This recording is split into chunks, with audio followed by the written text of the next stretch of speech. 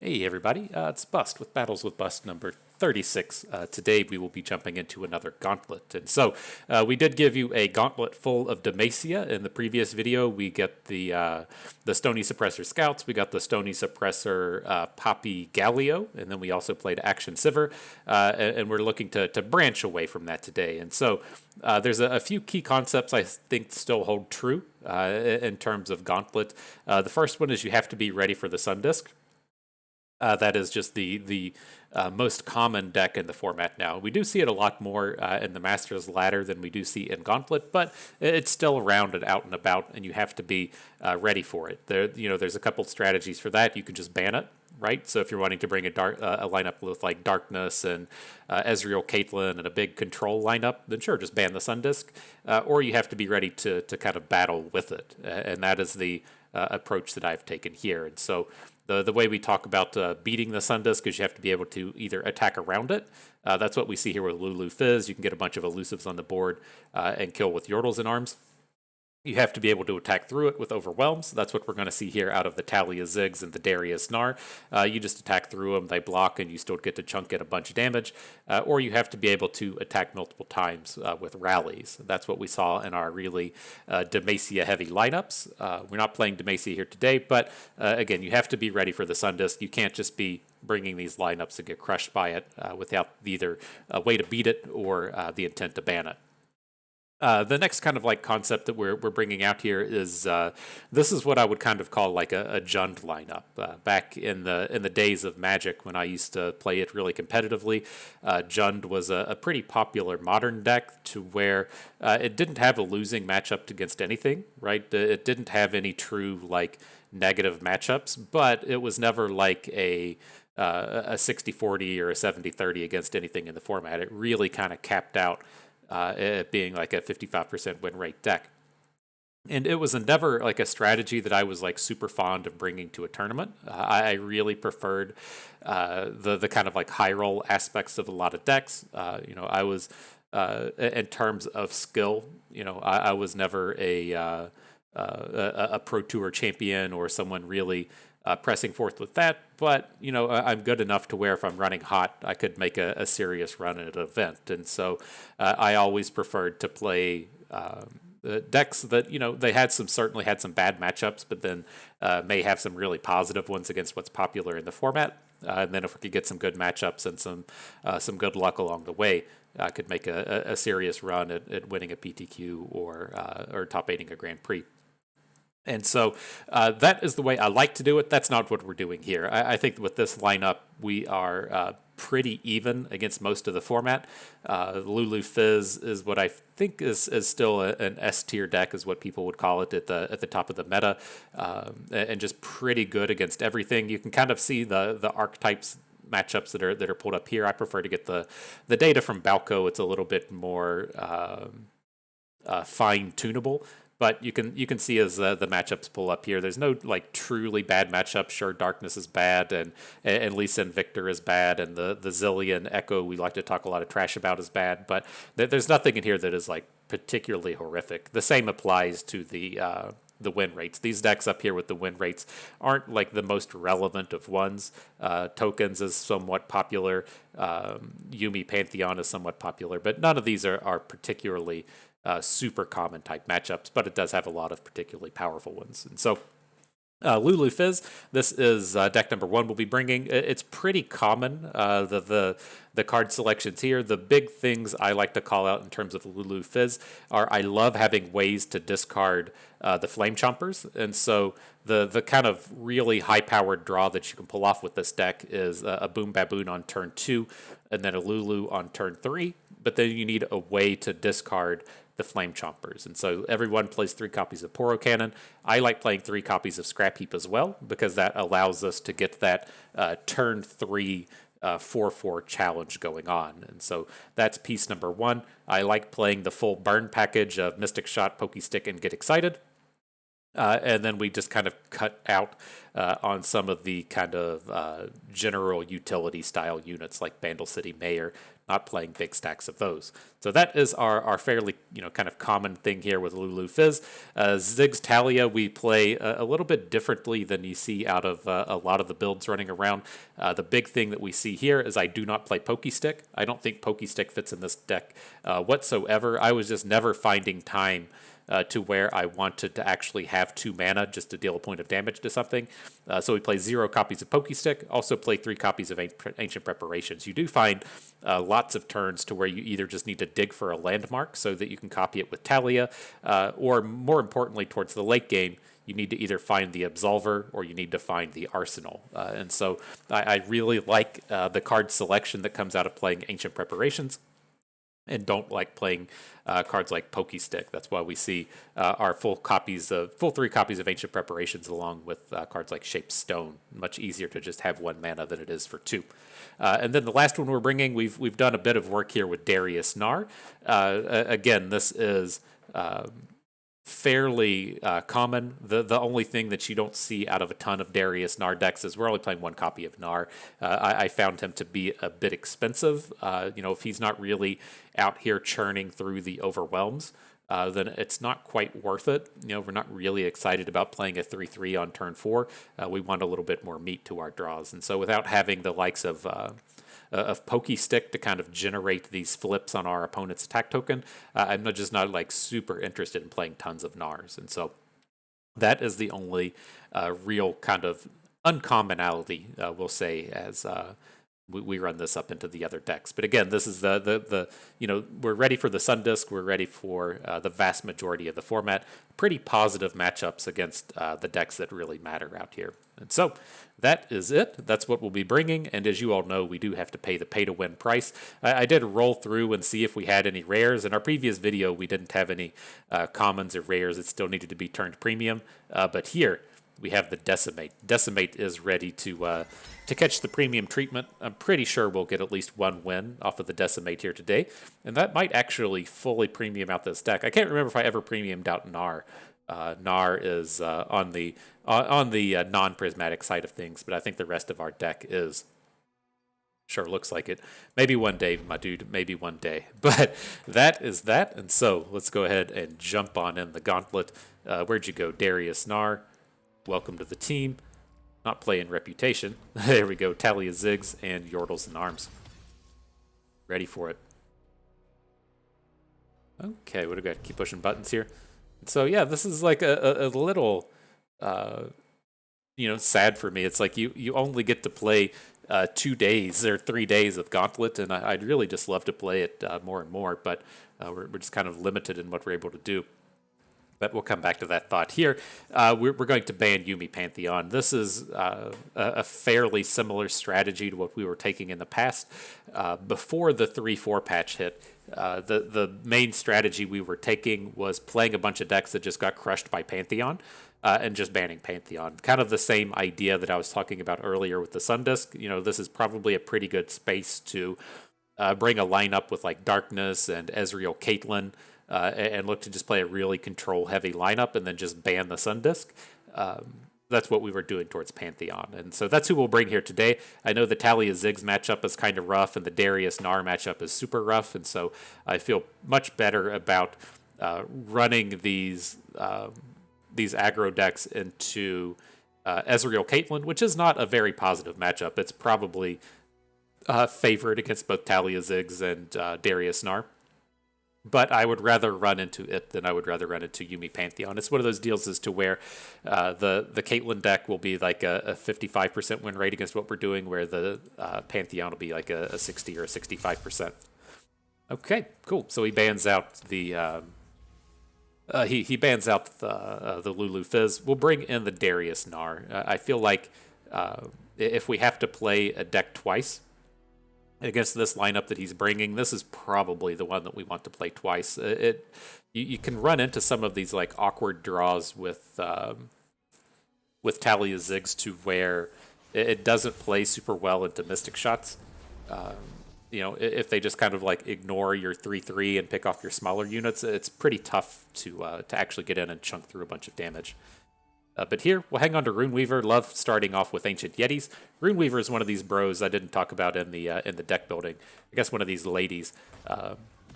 It's just I really wanted another 2-drop because one of the kind of core lines that we'll find with this deck is playing a 2-drop into a 2-drop into a Troll Chant. And it really plays to those themes. I just wanted something cheaper in here. Where are we at? So we're on our opponent's attack token, so we'll play out the Tusk Speaker here first. Go ahead and get that point of damage in on their turn. We'll follow back up with the Ruthless Raider on our turn.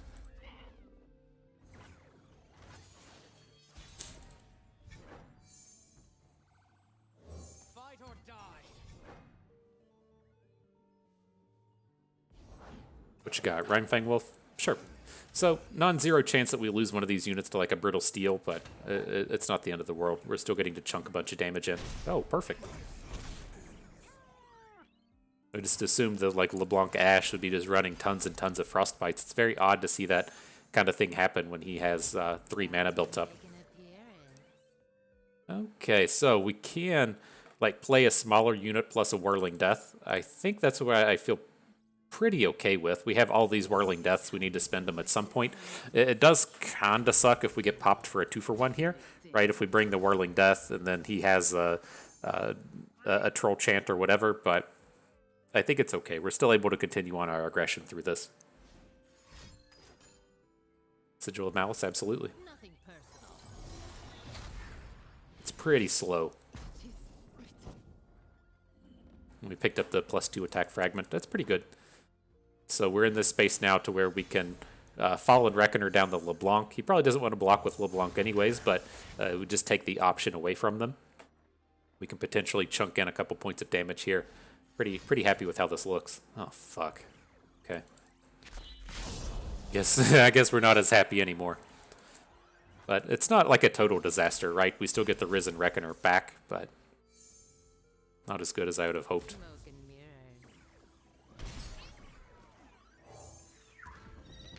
Okay, comes the Omen Hawk. We'll drop the Ancient... we'll pass on the Ancient Yeti now. It's like the Rhymetusk Shaman just completely shuts that angle down. But he still gets to keep being cheaper.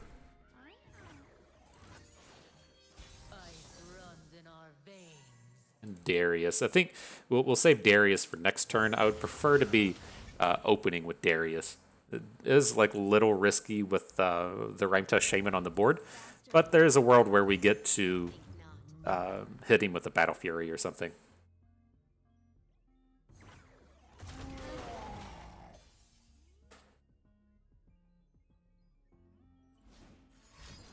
What you got for us? A Brittle Steel? There it finally is.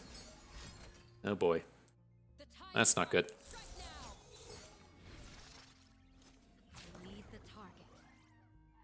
Okay. A little worrisome. This Ashe will be flipping. Yeah. So we're gonna he's gonna be able to no block a lot of our board, but he's short on a lethal. He only has no he's not. He has with the Ashe flip he has just enough. But I don't know, we got this Battle Fury in hand, right? I don't think this is going to be the expected card to be coming through.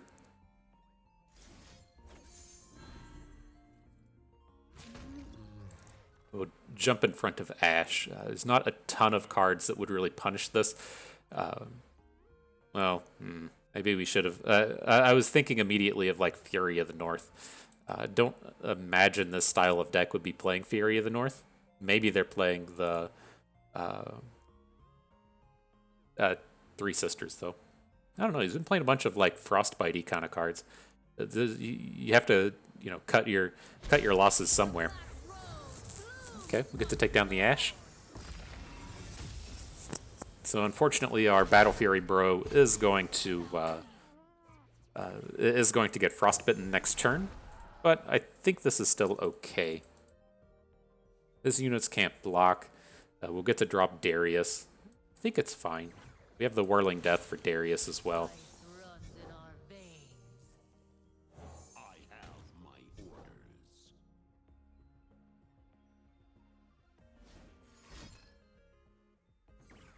Okay.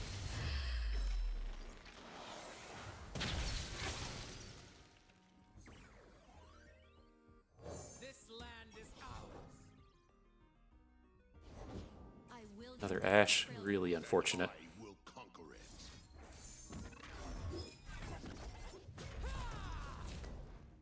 Okay, this is technically lethal. He's gonna have to put Ashe in front of something. Unfortunately for us, that something can just be a Darius, but this is okay.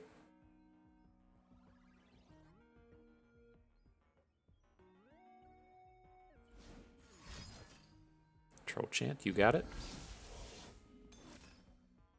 Sigil of Malice. Okay. You've done a good job drawing champions this game, my dude. That's the third LeBlanc and second Ashe. Okay. So probably just dead here. We do still have the Whirling Death in hand, but I don't have high hopes for what it can do now that our units are small. Yeah, we're just dead. Okay. GG.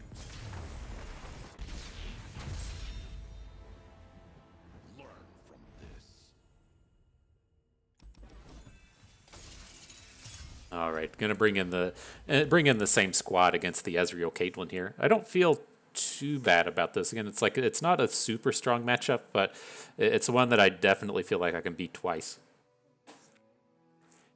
You do get some kind of incidental bonuses in here, getting to protect against flashbangs with tough units and stuff. Pretty cool.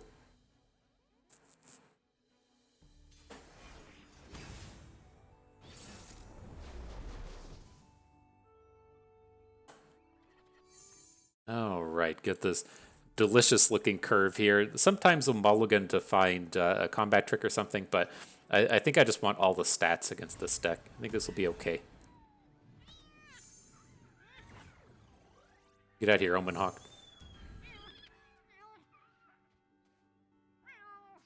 He's gonna beam it? Thinking real hard on this Omen Hawk here? Sure.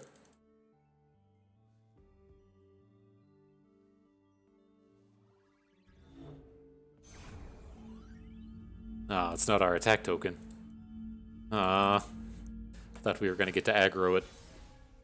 Okay. Ooh, that's a big touch speaker.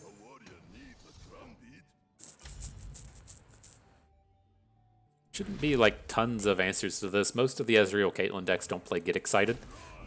So I wouldn't expect too much to be able to take that touch speaker down.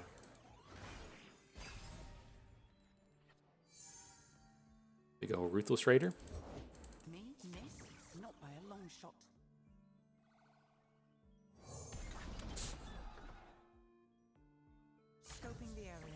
Okay.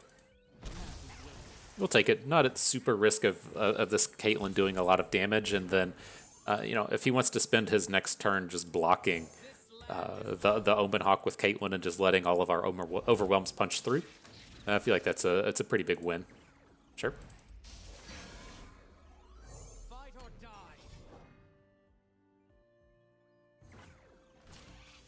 Leave nothing standing. Here comes the squad. Excellent. Doing your thing, Omen Hawk. We appreciate it. Gets them down to 7. That's almost burn range, right? When you got Decimate in hand. Looking pretty good. We get to no block whatever he plays and then follow up with the Decimate. Should be enough to end it.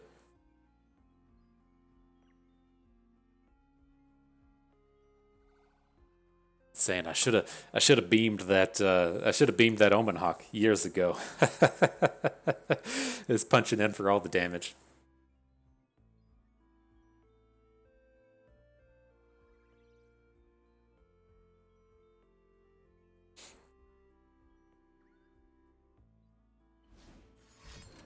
Sure.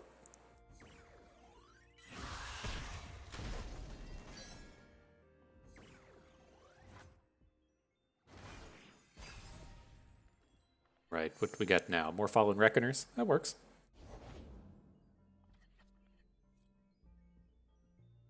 The big question will be coming down to, do we want to actually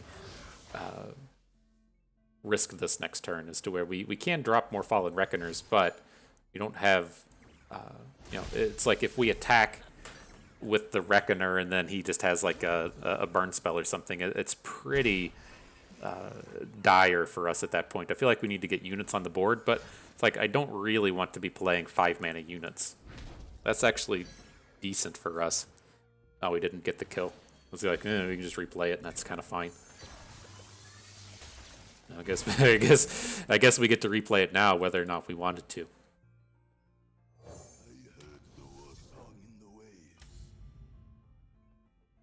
Downside here is we're not going to have the mana for Troll Chant, but we could punch in a little bit. That would be nice. Whatever, if he plays units, it can't block, right? Because we're going to drop the Reckoner.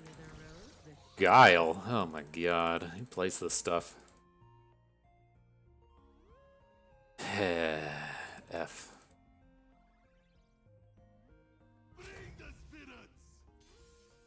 Assume gets us in for 2. Let's just let this happen. I don't want to like play a Troll Chant and then him do something weird. I think this is okay. We should be good to just win with Decimate now. Time for a true display of skill. Okay, okay. Feels alright. I forgot that this Archivist couldn't block. That was my big worrisome moment for the turn. So he's gonna have to burn us out for 8. That's a pretty tall task.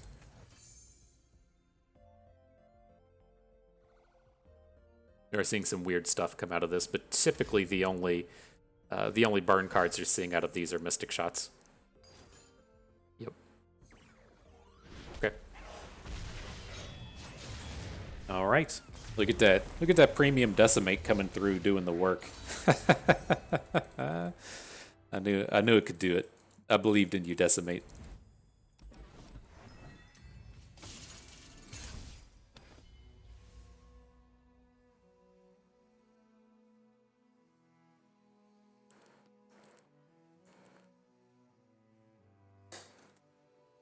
All right, big decisions here. Take a long time to decide on which Ezreal Caitlyn to play. Maybe I had to pee or something, you know. Sometimes you just gotta let that timer go down and take a little BR break.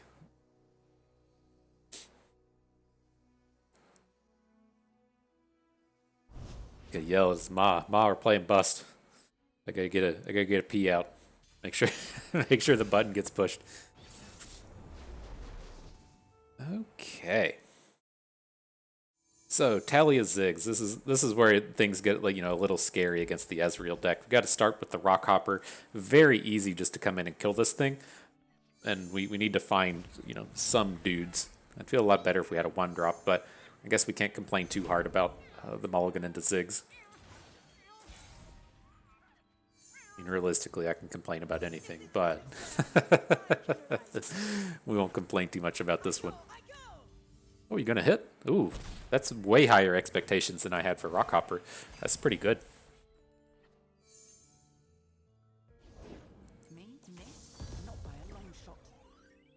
So do we ever feel the need to just drop Ziggs now? I don't super like it. I think I just want to go ahead and Minefield off the Caitlyn.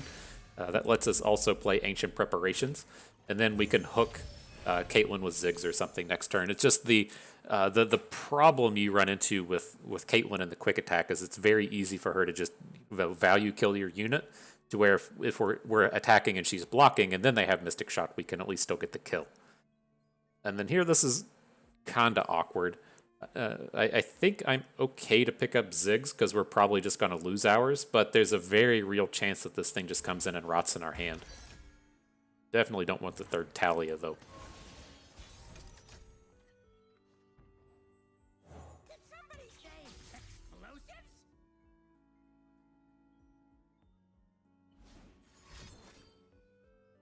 Okay. So now we have like more real questions, right? I don't want to throw away the Minefield because we have to have something to copy with Taliyah next turn. I'm not opposed to dropping Rite of the Arcane onto Caitlyn, but it's like we start to run into problems if we're getting like overbanked with mana. I think this is okay, just not like really happy about it.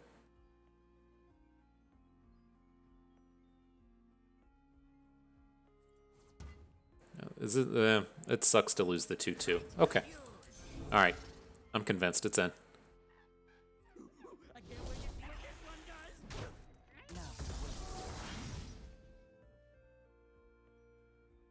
Alright, so the flashbangs killed both of our units in the last game. Pretty standard. Let's see, maybe we'll see if we can't flip some down here and dodge it a little bit. Nope. But not looking terrible. Taliyah is about to come down. She's a real pain for these decks to deal with. They can only kill her with Thermogenic Beam or some combination of a bunch of cards. So she should be tough to deal with. We can get the Chemist down next turn for a Rite of the Arcane. That looks pretty good to me.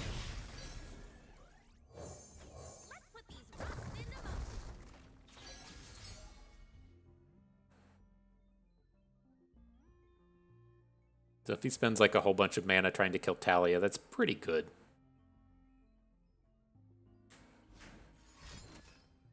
Nope, that's not what he did there. That is certainly not what he did. We have a real chance to just boom in for 1,000,000 this turn. Oh. Let's get that flip before he drops a Ravenous Flock.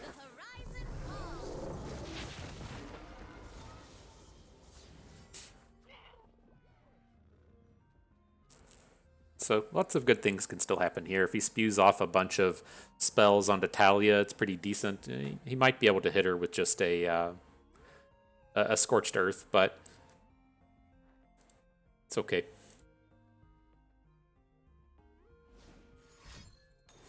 Mm-hmm.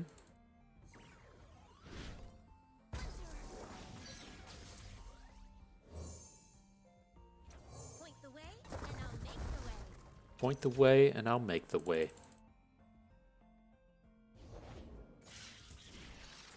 A little unfortunate, but sure. I mean, I kind of want to go ahead and just play Rite of the Arcane. We need to blow up some of these landmarks to get our Ziggs going. And we have the mana to blow up one. So I'm going to use the stun things, since these scrappy bombs will blow up naturally. Don't have too many ways left to sacrifice off these landmarks. I mean, I know we have one in hand, but we're not stacked on too many of them. I got an idea.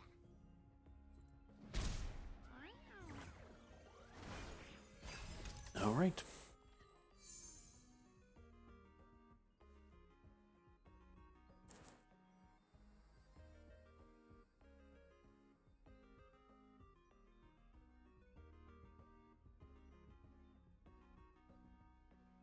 What you gotta bring out for us, my dude? We got one trap left.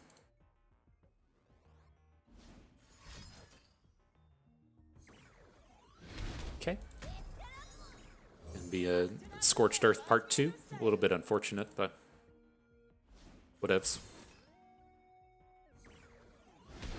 Interesting. It's a lot of cycle.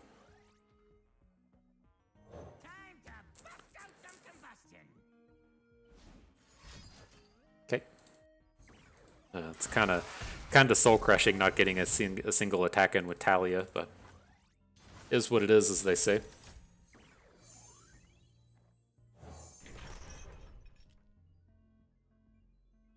Should have a tough time playing units here since we have those Ziggs on the board. It says bring the battles right into me.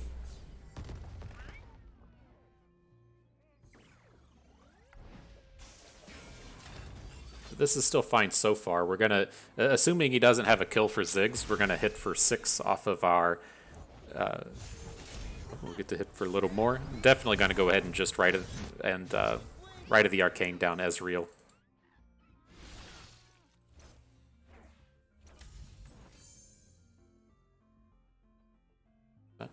Them Ziggs bombs, them Ziggs bombs come into the face now. Pretty good. Hit him down to 6 this turn.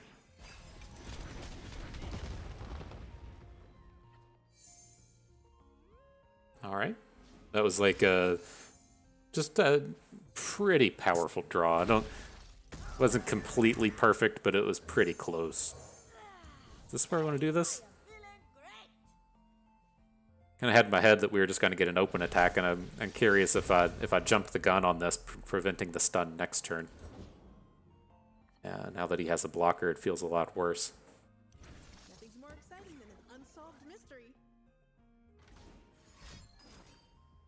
Boy. I think we're probably out of reach in this one. You can't give up on these because you have the arsenal in your deck, but it's looking pretty bad, of course. People familiar with the channel know exactly how the flashbang traps go. Oh my gosh, is he just gonna get us with the Ravenous Flock now? Oh my gosh.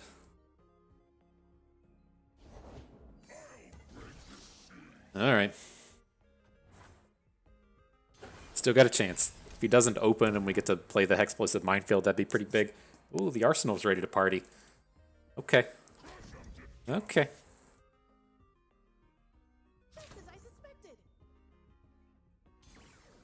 Why wouldn't you attack with your Shaman? Sure.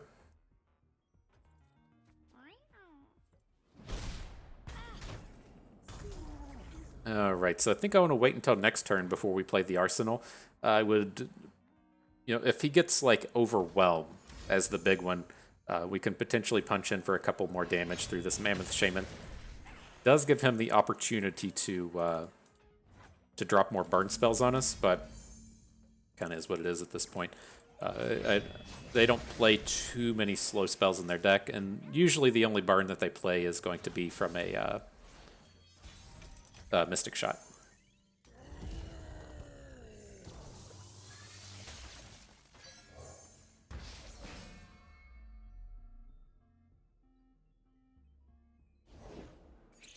I guess the worrisome thing here would be a Stun Spider.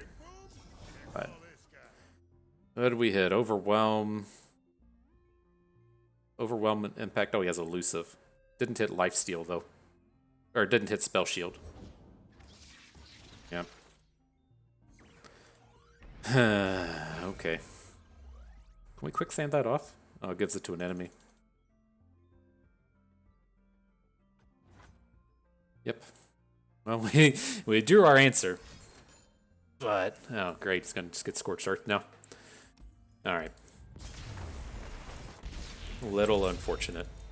And so that would have been the reasoning to potentially just play the to play the Captain Farron on our opponent's turn, but the thing that you run into there, right, is we did hit the Overwhelm, but we needed enough Overwhelm to actually get a kill. And so having to, like, overwhelm through 8 health of Captain Farron is pretty challenging to do. And so you have to hit, like, Elusive or Scout Overwhelm or something to try and chunk through that. And wanted to try and help make sure we could. But here, I'm okay to pick on the Azir deck. So we'll let the Azir Zerath stand. We tend to be pretty strong against it. I'm also pretty okay with playing against Zoe Aurelian Soul. That's the ramp deck with Mount Targon. The downside to it is it's just like a super high rolly matchup, and so not amped about playing against it, but it's a pretty good thing to take not Taliyah Ziggs into, or not Lulu Fizz into. And then there's just like this Yasuo stun deck, which is just garbage. And so I think out of all of these, I'm kind of okay with just leaving the Yasuo around and banning off the Mount Targon deck. But I feel pretty comfortable playing against any of these. We should be pretty handily beating up on the Sun Disc here. So let's start with the old Ziggs. The thing that worries me against the Yasuo deck is if you have to be in that kind of all-in mode with your Taliyah, to where you're attacking with Taliyah and playing the Absolver on it, and then they just have a stun for it. It feels kind of bad. Here, we'll hang on to one Yeti. We need to find a 2-drop. We did. We managed to do it. Now it feels a little bit better.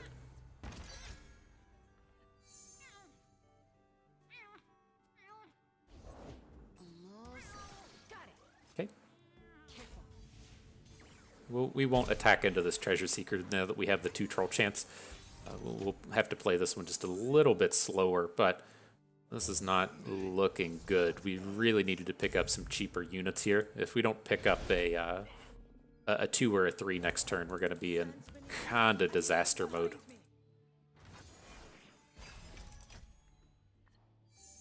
All right, we got a 3, so we're going to have to take the damages from these units here. but we did at least find a unit to play next turn.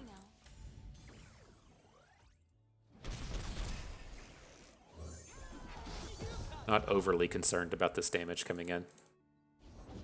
Gently, gently.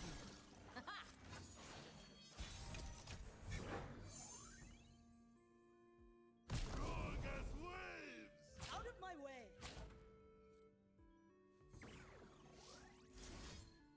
Okay. Build up that board a little bit. Get some of these overwhelms in. See, this is exactly what I'm talking about in terms of trying to beat the Sun Disc. You have to be able to overwhelm through this stuff. If we're just attacking with like tons of stats and he's getting these free blocks on our units, you're just never winning the game. It feels pretty horrible. Does he ever attack this turn? Maybe. It would be kind of nice to set something to can't block, but it doesn't prevent a ton of damage here. Let's play the Ancient Yeti, just in case we get ourselves into combat. Not entirely opposed to just going ahead and giving the Tusk Speaker a point of health, but look like we're going to need to. Oh, maybe we do. Give an ally 2 health. That's going to be our troll dude in the back. Now 2 to the Treasure Seeker.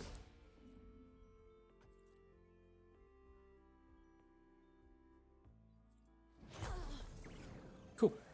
Here comes Darius. Now they can get out of this stuff, right? They can quicksand away your overwhelms, but pretty powerful board presence here. The thing that would be the worst is if he has like a the destroy a landmark thing's probably too slow. I would wait. That doesn't seem positive, my friend. I will run you over. Out of my way. The game says we're coming in for neg 21. That's pretty good. Get you to -7 at the end of the day.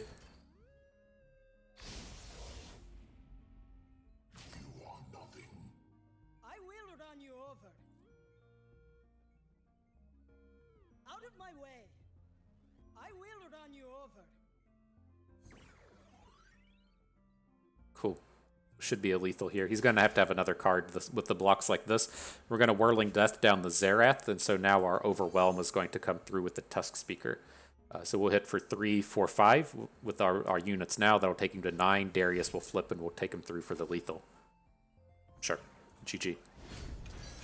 Excellent. Excellent. Well done, Darius Gnar.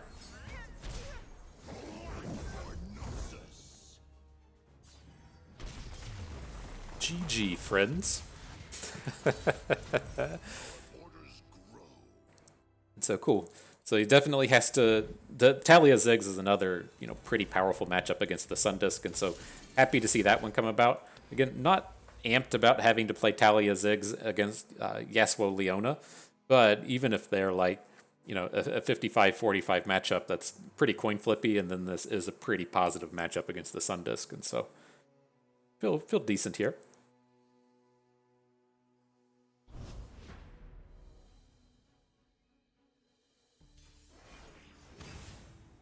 Brings out the Sun Disc again. Memes are abound. Oh, that is not a start, though.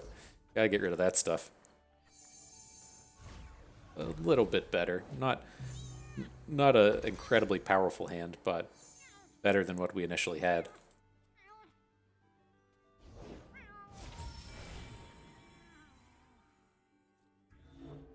Can at least come at him with these, if you're able to copy the sarcophagus off of the Endless Devout and throw down a bunch of the mummy things, whatever they're called. If it's coming from a sarcophagus, it has to be a mummy, right? Restored Devout. It doesn't really look like a mummy. It looks like some kind of hex tech thing. I don't know about that, Riot. Don't know about that.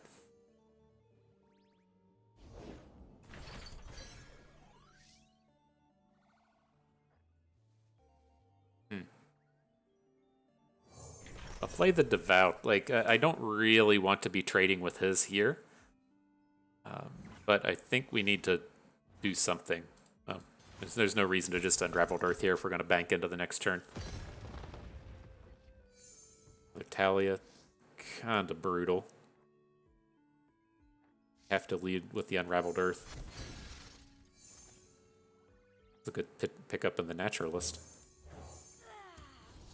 Could have popped the Sun Disc, but it feels like we can just win the game with units.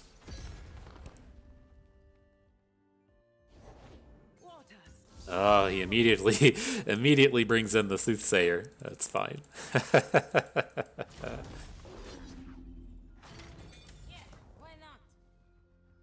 Okay, here comes some stats. Everybody gets a sarcophagus. We get to copy ours, though. Looks pretty good to me.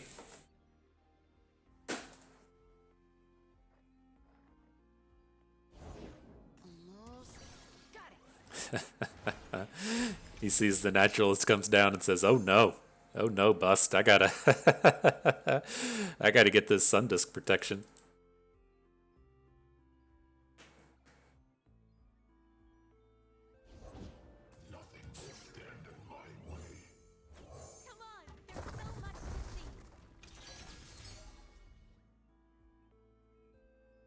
Okay, so the downside with next turn is we would like to flip Taliyah and sacrifice off some of these landmark cards, but we're going to just be too slow to do that.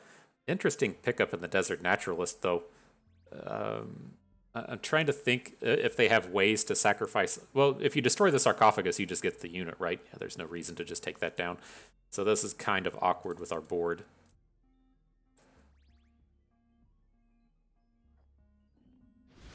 I'm going to start with just trying to take down Xerath. And then we could potentially play the Hexplosive Minefield, assuming he has something to like flip the sarcophagus. Then we can take it down with the or get a stun for it with the Hexplosive Minefield, or if he tries to get creative with a ooh, interesting. And say if he tries to get too creative with his removals here, then we can just play a Unleashed Energy. I'm leaning towards dropping Unraveled Earth and just hitting. He gets to put the Ambassador in front of the Rock Bear, which kind of sucks. I don't think I really like that. But it's like I do kind of want some of this stuff to die so that we can get space for the second Naturalist. Alright. Alright.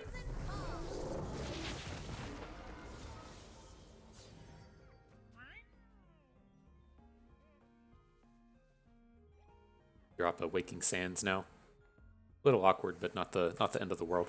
Oh, interesting, he doesn't. Well, he must have something juicy for that 3 mana. He's not. That's a like really strange place for him to just pass. He didn't play Quicksand. Sure, I was gonna say he didn't play the big ways to get out of this. That does not seem appealing with the Quicksand. Like you can't even Absolver out of this attack. Okay. Alright, I'll tell you. I'll leave the Ancient Preparations behind. I would like to potentially just blow up the Hexplosive Minefield.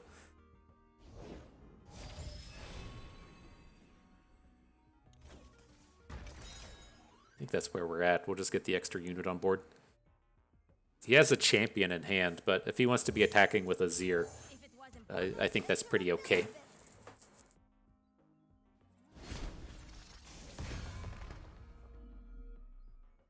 Alright, here's the squad. We're ready for battle.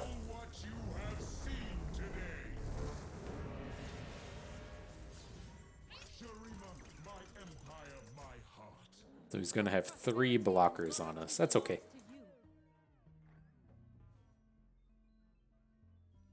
Especially with the Unleashed Energy in hand. Well, this isn't going to be a big one, right? This is only going to be a +2 attack one, but I think we're still okay. Oh, he's bringing shit in? Whoa. Whoa, and he doesn't have any mana? Interesting. Interesting. That's bold. that's the flavor of that attack. Why would he just throw his units away here? So weird. I suppose you'll do.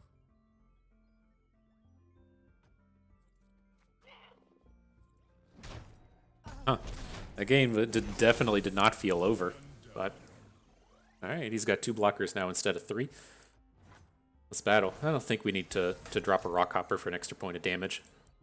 Yeah, why not? Turn the stones. Throw another rock.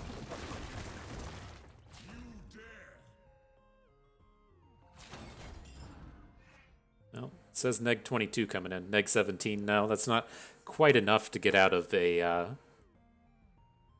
quicksand. Needs like 4 quicksands.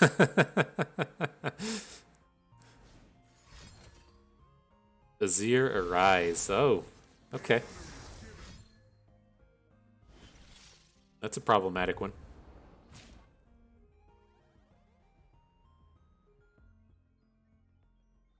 Are we going to be one short here? Is this going to be...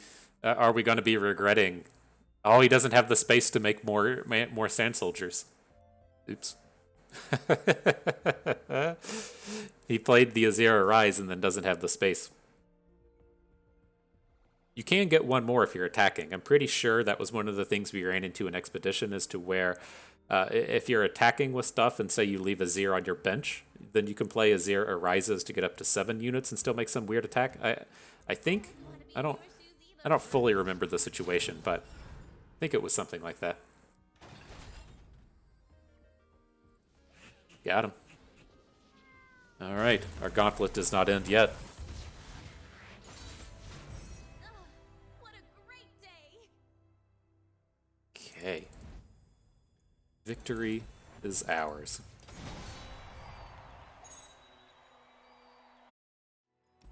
All right, next set of battles.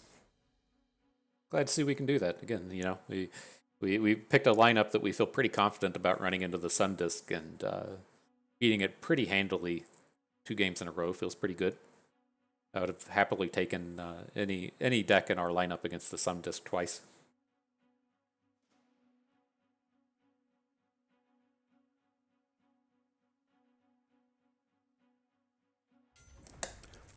Okay, so this is a little different than the previous one, right? This should be the ramp deck, the Aurelion Soul Zoe. I'm not not opposed to playing against it. I think we can manage pretty nicely against it. It's just it feels so horrible to be like, oh well, there's a Mount Targon. I guess we lose. And so it's not a deck that I'm like opposed to playing. It's just really frustrating in a lot of terms. Otherwise, I don't like the Pirates matchup with a lot of the decks that we're bringing. It's definitely strong against what we're doing across all of our decks. This is the one I'm leaning towards banning. The Nami deck, Nami Fizz, is manageable, I think. I'm not sure how these matchups stand. I've played maybe against Nami like twice since her nerf, and I'm not like super opposed to running into her. So if we have to like play a matchup twice, I think we would prefer to do it with the Lulu Fizz. And so I'm going to start with Taliyah Ziggs here. See what we run into. It shouldn't be like awesome against Nami, but it shouldn't be terrible. Need to come out with like a pretty explosive draw, which we've done here with the Rockhopper Chemist. Okay. I was hoping that Rite of the Arcane would be more like a Ziggs, but it's okay. We can't complain about that.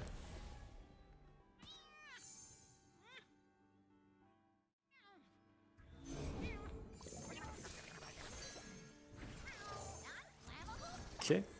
Pretty rough having to start against Otterpuss. Definitely not a card we like to see here in the beginning. buys me a new sail.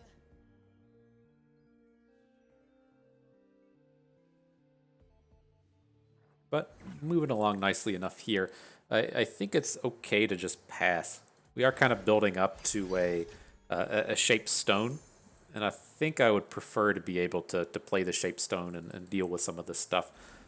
I think this is okay. Not worried about the prank. This is actually a bad one if he boosts the cost on our minefield. That was going to be our play for the turn. Fuck.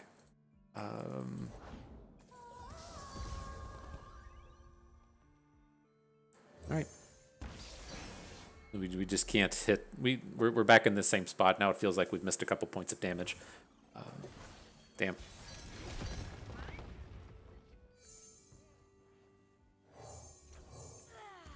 Say, I am feeling great. Boo.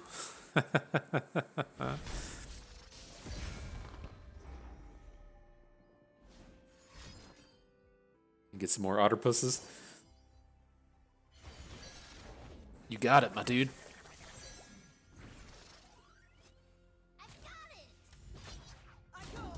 We just have to get this in. Like again, like last turn, we could have risked the Rockhopper getting in front of one of these. We kind of missed out on 2 damage there. I really wasn't anticipating not being able to play Shapestone this turn.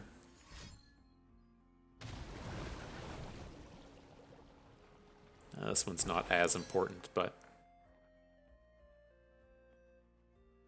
a little painful.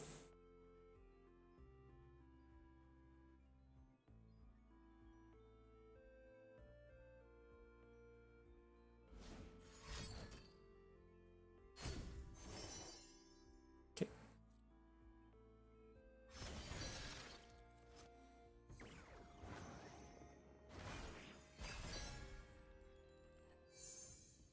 And Quicksand can be pretty important in this matchup. They play a ton of, well, they try to get their kills with elusives usually.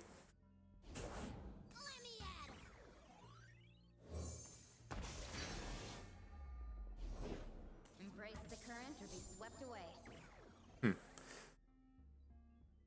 I was just really intending on dropping this Desert Naturalist next turn, but blowing up the minefield, like if we spend the mana on the right of the Arcane, or spend the mana crystal on it, we can't play the Naturalist next turn. Oh, kind of is what it is, I think.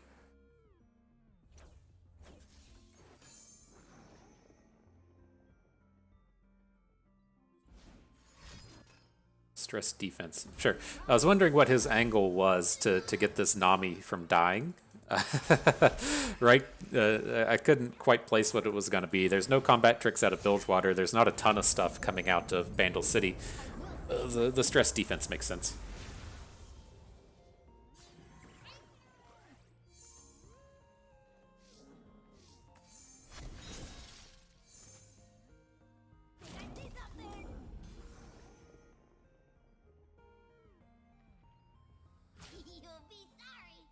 Interesting.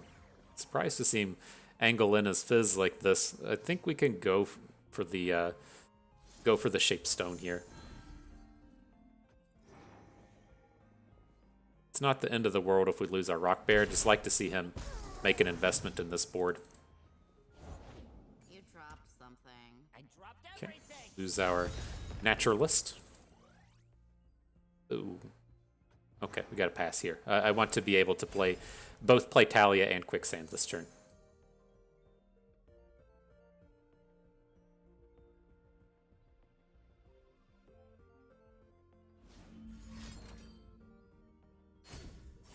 Getting all them phase. Let the tide carry you.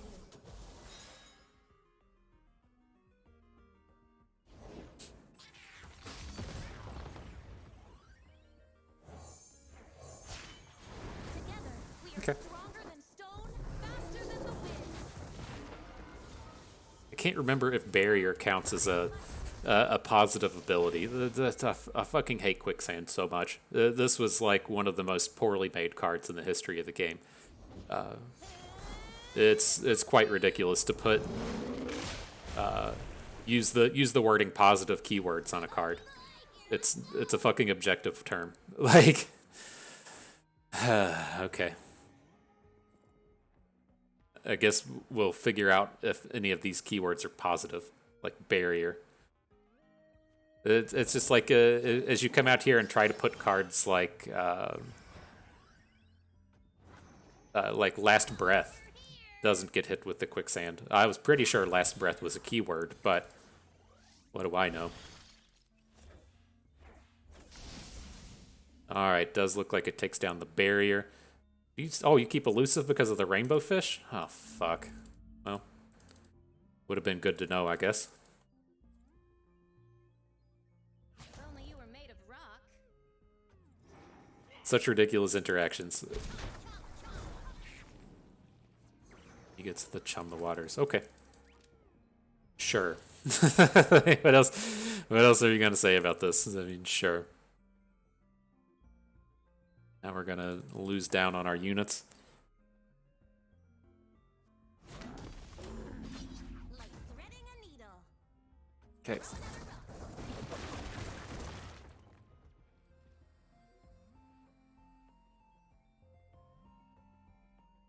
Okie dokie.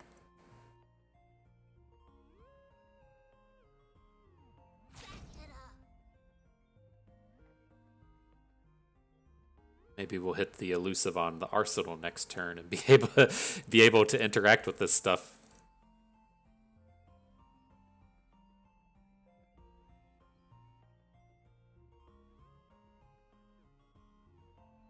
But we'd like to have this combat happen. Rockhopper is a good play. You know, if we can blow up some of our landmarks, it'd be pretty positive. So, wouldn't mind it happening here. They don't play tons of units, and so it's not super likely. Oh, is he just switching to an elusive plan?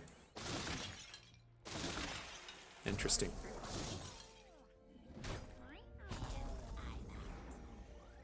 16's a big way to go without a Nami on the board.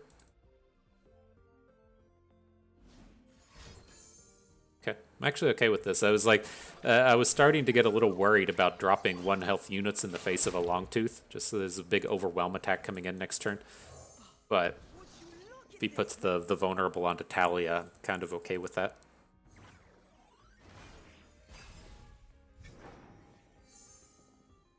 Inventive Chemist's not who we're looking for here, but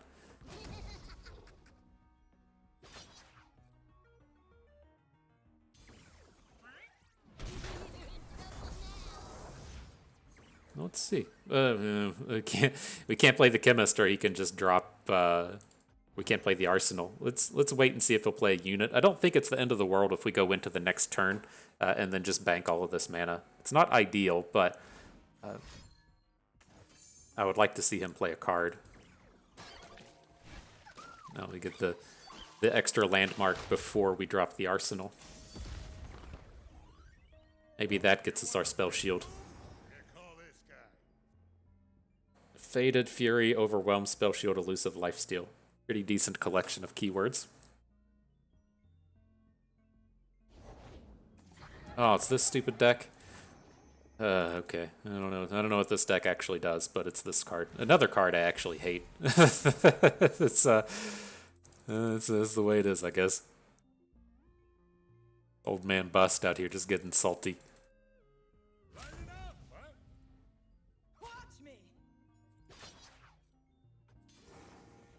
My problem with the Shell Folks, I don't. It's one of these cards to where it is just 100% completely not fun to play against, and I equate it to playing against the Eggs deck in Magic, as to where you have to like just sit around and watch and wait while they just do all this dumb stuff. You know, he's probably won the game at this point. I don't know. I figure at any point you untap with a Curious Shellfolk, then you probably should have just won the game. But I don't know. Like we've played up to Masters at this point, and I still have no idea how this deck actually wins the game. And so it just doesn't strike me as a healthy card.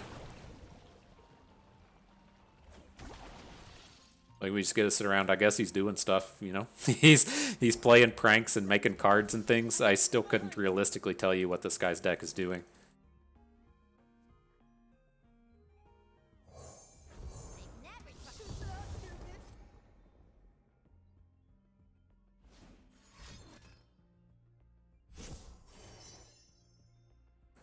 Okay, we get to sit through this a little bit more. Cool, I love it.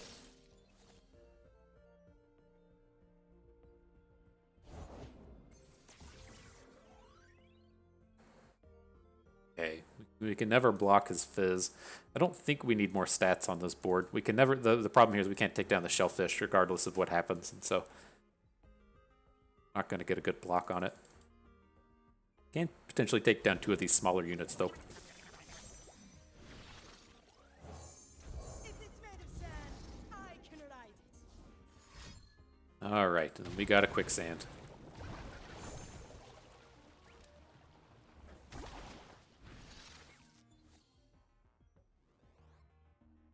And I hope we can sit around and play more cards. I don't know what the timer means. As his timer is approaching 0, does he just lose the game if his timer runs out? That would be cool.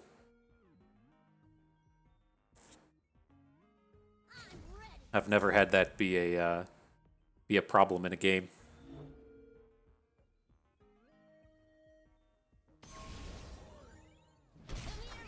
Okay. You got the card in your hand.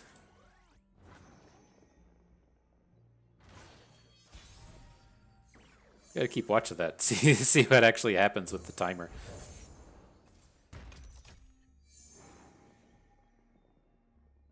Count down to 1. Down to 1.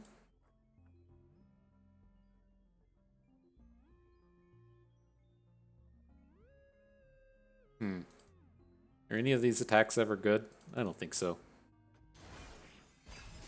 Alright, his timer's out. Oh, it went into the negative. What's the point if it's just gonna run into the negative? I don't get it. Alright. Well, we're done with this one. What's the point? Why is it even there? If you have the timer and it goes into the negative, what's the point in even having a timer? Oh, that's beyond me. So we get to discuss a lot of the things that Bust just thinks are ridiculous and just hates. Again, I think the Shellfolk deck is ridiculous. I compare it and cards like Jay Medarda to be like a card like Pyromancer's Ascension and Magic, right? Pyromancer Ascension was a plague on Modern for a long time. It should just be banned now. I know it got banned while I was playing. I assume it's still banned. It really just limits the cheap cards that they're able to print and the bad ramp cards that they're able to print. It's a card that is either 100% unplayable or 100% ridiculous and not fun. And I think I actually want to hang on to the Absolver in this match. Well, we're getting like good aggro in here, but okay. But it's there's no middle ground for it to where fun and interactive games are allowed to happen where both players are having fun. I know that saying like fun and interactive is a meme. I use it as a meme, but it's kind of like a serious idea, right? We're playing games here. We're having fun with each other. They don't lead to play patterns that are fun for both players. And so with cards like Curious Shellfolk, again, like I'm experienced, I would say, you know. I feel like we've played this game quite a bit. We've put together our 500 expedition videos. We've put together our run into Masters and such, and I still have no idea how the deck wins a game.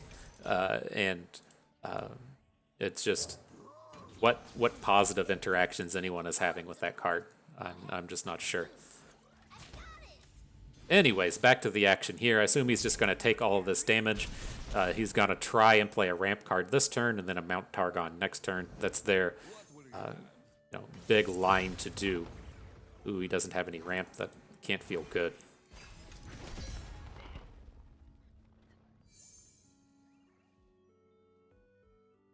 So he can play like an AoE this turn and take down our smaller units. Not that big of a deal.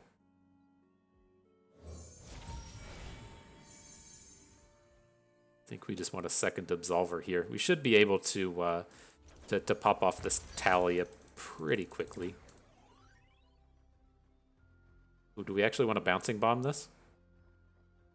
So we get his Tavern Keeper off of the board? I don't think so. We can still just Ziggs hooking.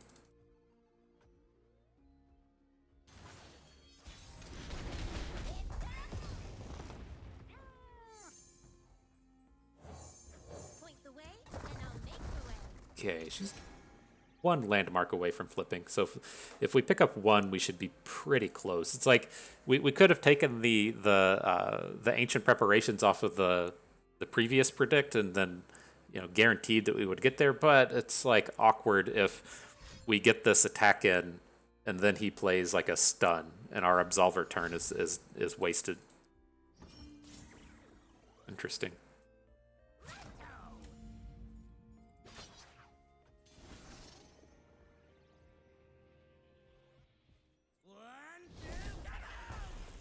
One, two, kaboom. You get him, Ziggs.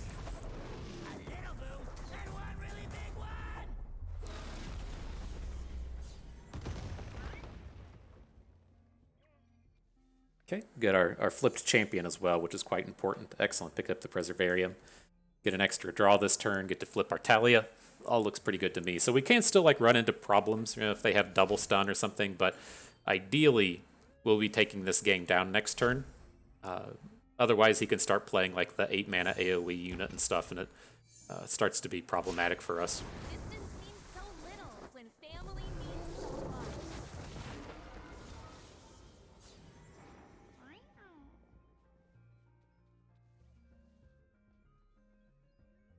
But what may be our saving grace here is, well, can't do it now. It's like I was going to say, we can like absolver both of our clocklings next turn and punch in for an extra 8 damage, but okay, guess he just didn't have it. Okay. All right. We should do this more often.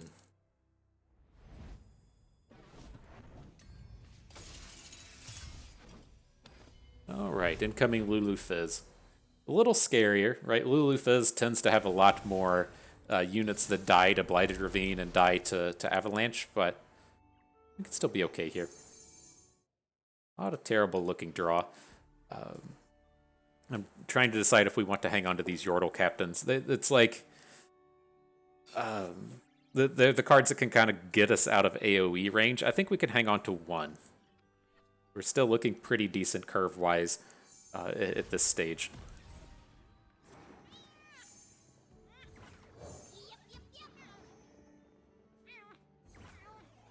Okay. Should be able to hit for 5 this turn. They typically, well, they typically don't play any of the smaller units, and then, of course, not playing Shadow Isle, so we don't have to worry about cards like Vile Feast. Yordle Captain says, I am the answer. I'm ready.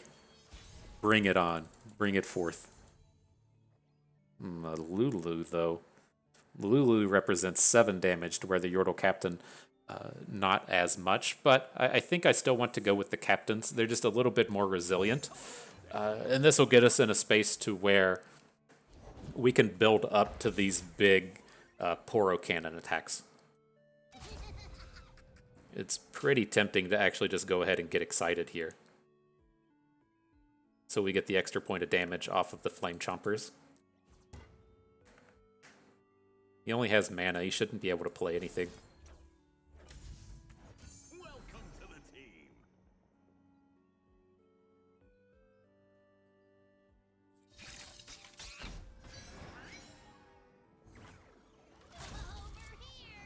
Okay, get him in for 10. Now we'll lose our Fizz and our Boom Baboon, but we'll still have the Flame Chompers on board for a bit more damage. And if he plays a second AoE here, it kind of sucks, but I think we're looking pretty strong.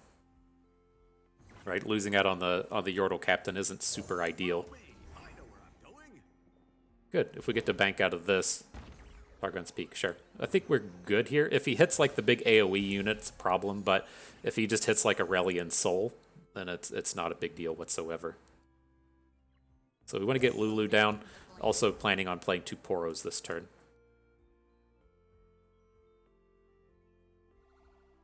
But right, Aurelion Soul is not a big deal. She Who Wanders would be a problematic one, but we have the 2 5/5s on the board to where we can get around that. Star Shaping, okay. So we could still play She Who Wanders, I think. But he's down to just like whatever his 1/0 mana card is at this point. Okay.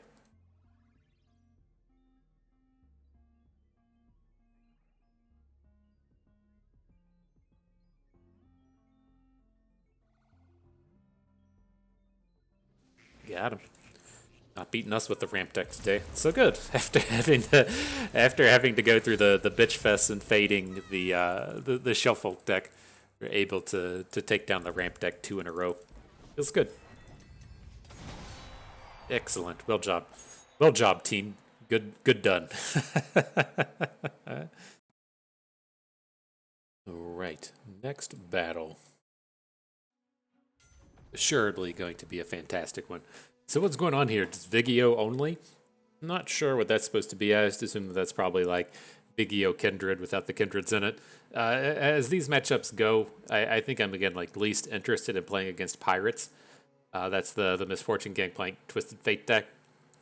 And then we can just do battle against Draven and Vigio. This is kind of that space again to where like I think it's okay to run a handful of these decks into Vigio. They do tend to play the Vile Feast kind of cards, which throws a wrench into a lot of these 1-drop into 1-drop plans, but I think it should be okay. Let's get rid of the Pirates. He gets rid of the Lulu Fizz, and then kind of want to start with the Gnar Ziggs. I think if he's going to start with his left deck, which is, seems to be what people like to do, I think I would rather be taking Gnar Ziggs into that deck, but we'll see. We'll see what turns up. It worked. They brought the left deck. Okay, not a bad start. We'll get rid of this Decimate. Again, if we can pick up like a Troll Chant, it's a really powerful opener. Throwing the 2-drop into the 2-drop into the Troll Chant. See if it turns up. It's okay if it doesn't, but would be sweet if it did.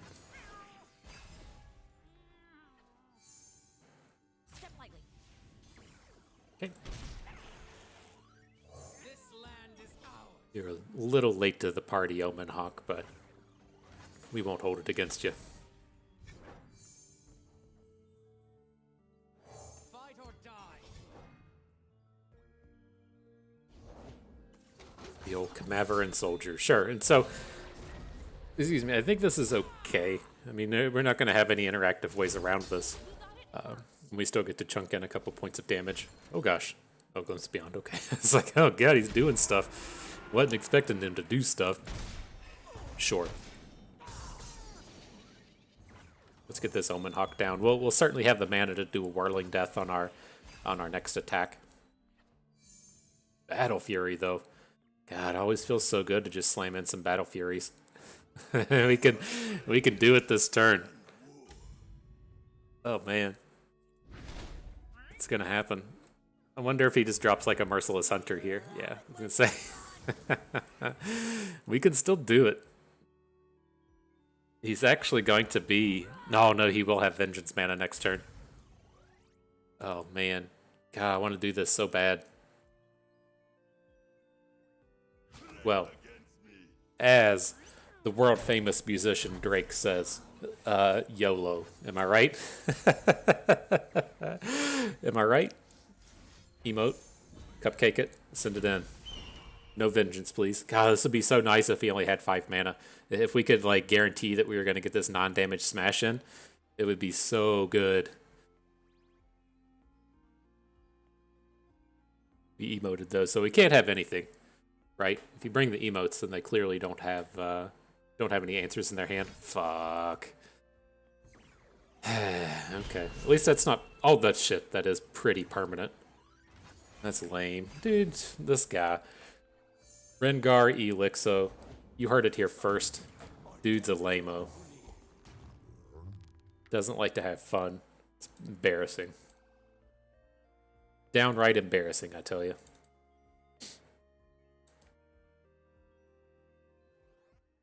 You know, attack?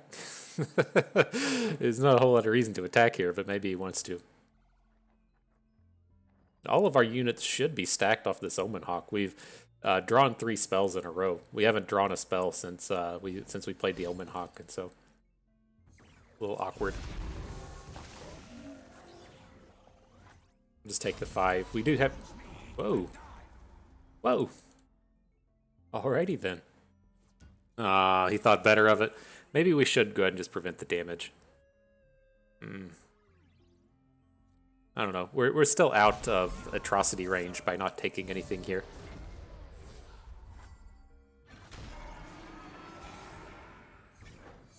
Troll chant, it's insane.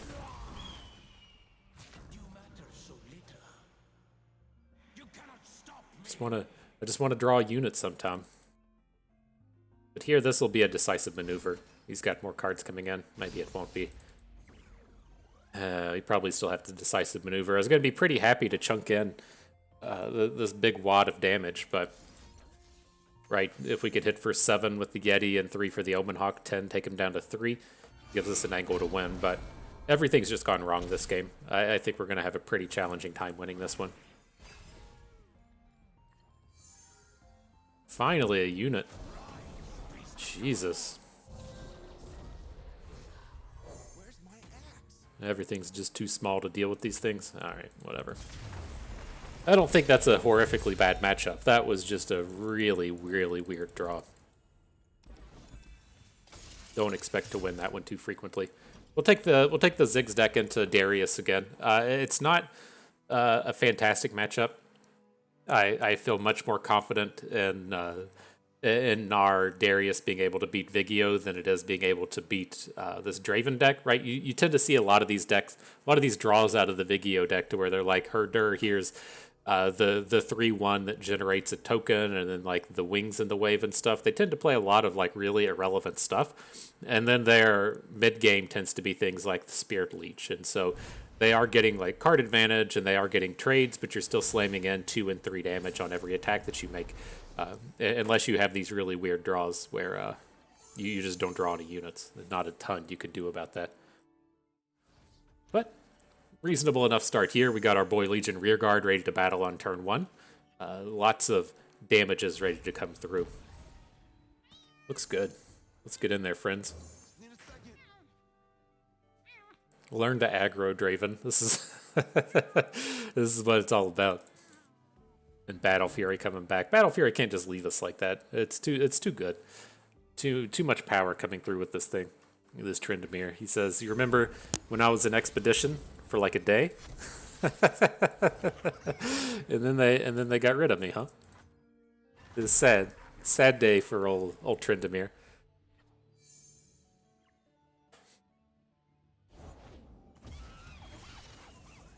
Brings the Boom Baboon. Sure. I think we have to stop and make trades here. It's not ideal, right? We would prefer to be attacking and, oh, he's not going to attack with a Baboon? Perfect. Perfect. Right? Because if we're going to trade, we want to get the damage in. And so it's kind of a shitty spot to have to come in and block. Because we aren't getting this extra 2 points of damage in. But with the Baboon on board, makes me feel a little bit better about it. Sure. So we will lose our Ballista to the Baboon. That chunks in 3. Probably put, yeah, like I say, the Urchin probably coming in front of our other attack. Chunks in 5 damage. Pretty decent.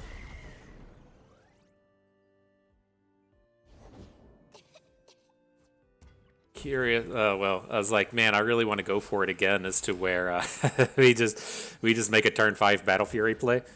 But I think we're going to be a little light on mana. Can't try to make that play with the rear guard because he doesn't have Overwhelm. Okay, he doesn't have any. Ooh, he does have a spinning axe. Take us to 12. He discarded 1 Poro, so I don't expect too much to be coming out of those. It's just like the real downside next turn is if we come in and attack and he drops a. It's like we come in and attack and these Poros are a little scary, and I think this is fine. We're just gonna have to try to win this 2 attacks from now with Darius. Where's my axe?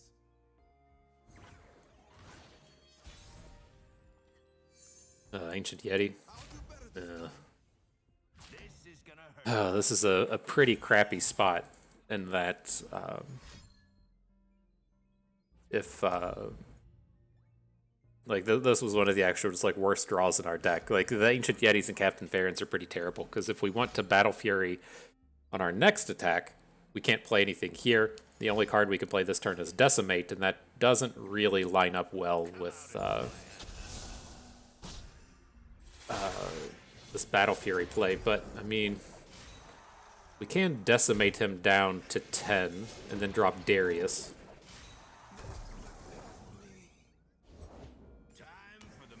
Just, where does Darius get us, right? This is like 6 plus 8 would be 14. And then I guess we could try and follow up with the Decimate, but we'd have to do that on our opponent's turn. It's only got 2 cards in hand. Rumble is okay. I mean, I think we're fine. Darius would be a problem.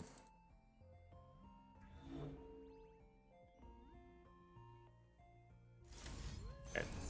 We can still do things like play Ancient Yeti 2 turns from now.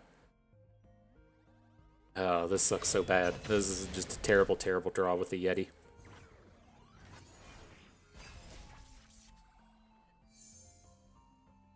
It was her or it's Darius. I drew my 1 copy. You're welcome.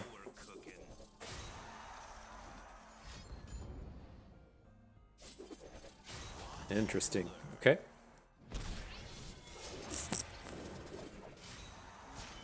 I mean, we don't have to worry about Whirling Death killing our Darius now, but still don't really like this.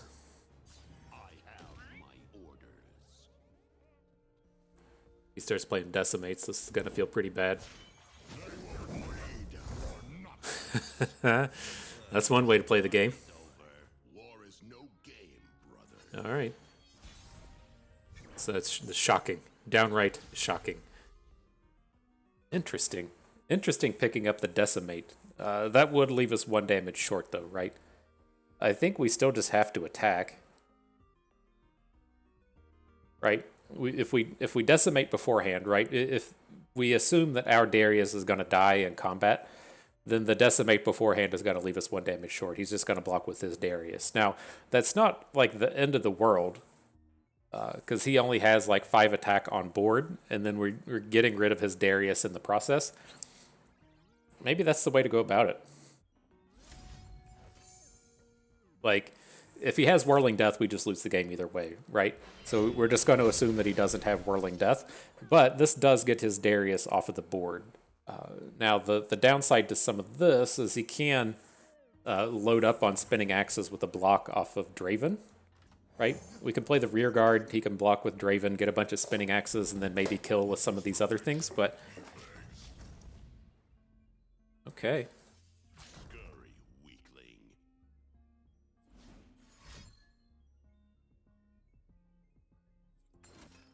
Mystic Shot. Wow. It seems okay. So we get in for 3. Are we dead to an open? We're pretty dead. 4, 5, 6. Discard something for Spinning Axe. Yeah. Yep. Okay. Yep. It was worth a shot. And so that was an unfortunate series of games. I feel like if on that turn we drew Ancient Yeti, if we drew like literally any card in our deck that wasn't either Ancient Yeti or wasn't Captain Farron, then we would have just won the game handily. It was just not being able to play any cards on that turn was super, super painful. Okay, what are we up against here? It's Yuumi with Shadow Isles. Okay, the Sun Disk looking thing. I'm definitely leaving the Sun Disk around. And then Jace Donger. I would assume that that's some kind of like Shaman's Call deck, where they're using the Shaman's Call and Harsh Winds to be the 6 mana spells. I think that's probably an okay matchup as well. I'm just going to ban out the Shadow Isles here. I have really no idea what's coming at us with Shadow Isles Yuumi, but the cards I worry about the most basically involve Shadow Isles and AoEs, and I don't know. I can't really envision in my brain piece some kind of Yuumi deck that wants to play Withering Wail. But I mean, I don't know. I don't know what you're doing there, dog. But okay, reasonable enough start here. Get our friends Legion Rearguard and Omen Hawk slamming into battle early.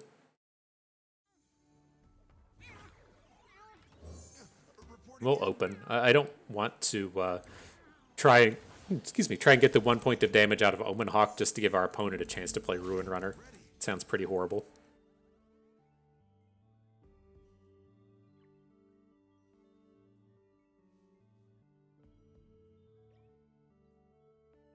So as we wait on Dude to figure out the play here, did you all have a wonderful Easter? Now, if you've been a long-time follower of the channel, I've given all kinds of wonderful life advice. As Easter rolls around, that is one of the premier deviled eggs targets, and that's my go-to thing. That's the thing that I make. People get upset if I show up to the family gathering and don't have deviled eggs in tow. And so I really got to bring it down this time. I got to really power forth with some high-quality deviled eggs, and I ran into a problem in that, you know, the thing I encourage and recommend is you have to go to these family events. You have to bring some kind of food along with you. You don't want to just be like bringing some kind of shitty food that you don't want to eat. And then you also don't want someone else just like ruining the good stuff. And so deviled eggs were my go-to, right? It's really easy to make. They're good. And it's tough to ruin, but people still somehow manage to ruin it. So I have become the deviled eggs person. And long story short, I go all out. I bought one of those, like, it looks like a cock gun. I don't know. You old people probably know what that is. It's like it's got like the little squeezy thing on it and a tube, and it pushes the shit through the tube, and you put like this special little tip on it, so you make fancy looking designs on your deviled egg stuff. And it like broke in the middle of pumping the deviled egg shit into the eggs. It broke. It cracked completely down the side, and so I had to like hold on tight and make sure that it wouldn't leak out, and then hopefully nobody ate plastic. I'm still not completely certain of the outcomes in terms of people eating plastic, but it was overall a success, I would say, maybe. But here, back to the game. This is a bit of a disaster of a turn. I think we're just kind of like stuck double troll chanting this. Because it's like just keeping Legion Rearguard isn't enough, but like our troll chants aren't good enough to really do anything, or our Whirling Death isn't enough to do anything here, and so let's boost everything, I guess. You hear. At least does get us, you know, some damages in, so on our next attack we can potentially overwhelm through some 1 health units, but this is not how I was really anticipating this turn to go. What up, Ancient Yeti? You can come down next turn. This kinda works out okay. I was hoping that we'd pick up a cheaper unit so we could play an Overwhelm into an Overwhelm and then open with the Whirling Death, but playing a 2-drop and banking 3 and then dropping the Ancient Yeti next turn isn't horrible. Okay, you served us well, Omen Hawk. Oh, that one's a little worse. Alright. The winter's claw strikes. See where this gets us.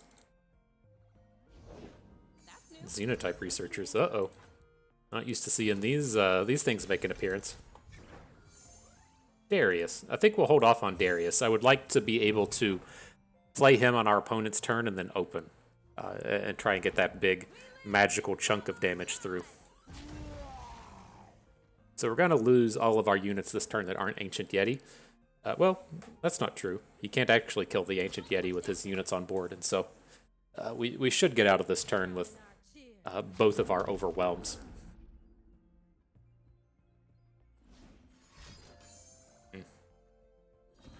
Okay. And an Ancient Hourglass. Interesting choice. Let's slam in the damage.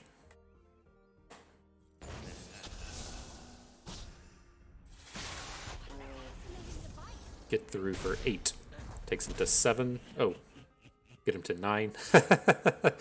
Those maths were a little off, but get him to 9. Darius is ready to present a big open attack now. I think that's the angle we want. Don't care about Xerath. It is nice, though, to make it so Xerath can't block.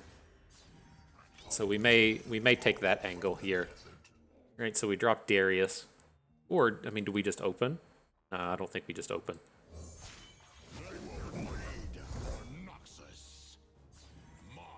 Okay. We do still have to worry a little bit about the likes of a... So he's actually just attacking into Darius. Interesting. I mean, I'm just going to take it. Why? What are you doing? what are you bringing out here? I wonder if that means that he just has like the sacrifice a landmark, deal 4 damage thing. Oh. That's a unexpected unit to be seen. Right, well that takes 6 health out.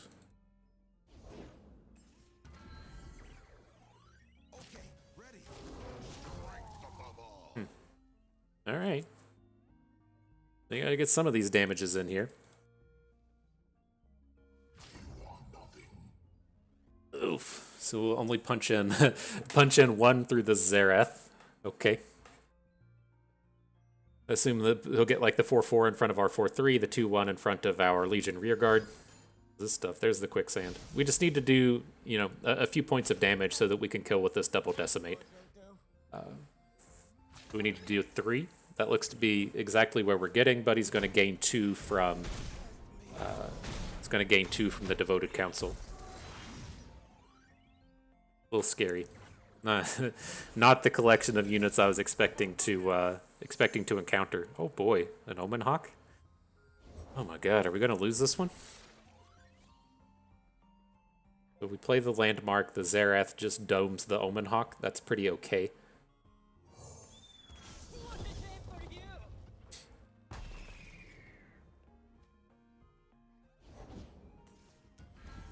Herald of the Magus. We just dead. 10, 14. Oh my god. That was a collection of cards to lose to, but sure. Oh, that's not good. We're definitely planning on just beating up on the Sun Disc twice, but you got us. You got us good with that one. We'll just bring the same deck here against Jace. It's a little scarier. There are some cards out of the Jace deck that will be problematic. Like when we see a assembly line come down, getting the multiple 3/3s on board can be just a gigantic damage preventer. But let's see if we can't come out with a little aggression here. All right, not a terrible start.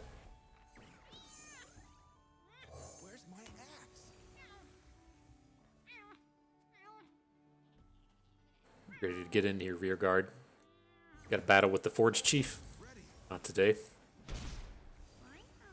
Alright.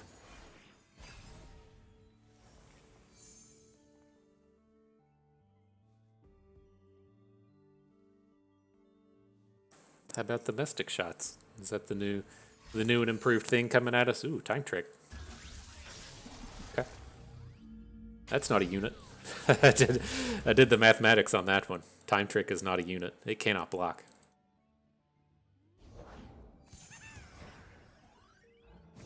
This okay. I guess. Let's just go with the rear guard. There's just like a very real chance that we want to open next turn. Not really amped about trading. Like, why is he physically playing Daring Poro? That's so strange to me. Like the Poro's deck doesn't usually play champions, right? The Daring Poro plus Iceborne Legacy kind of thing. Usually just doesn't play champions, plays a bunch of card draw and stuff. Really weird to see the Poro come down with the Donger and Jace. To serve the greater good. Overwhelm? Cool. Well, we're going to get a big Overwhelm attack in next turn. This is where the decisive maneuvers make themselves felt.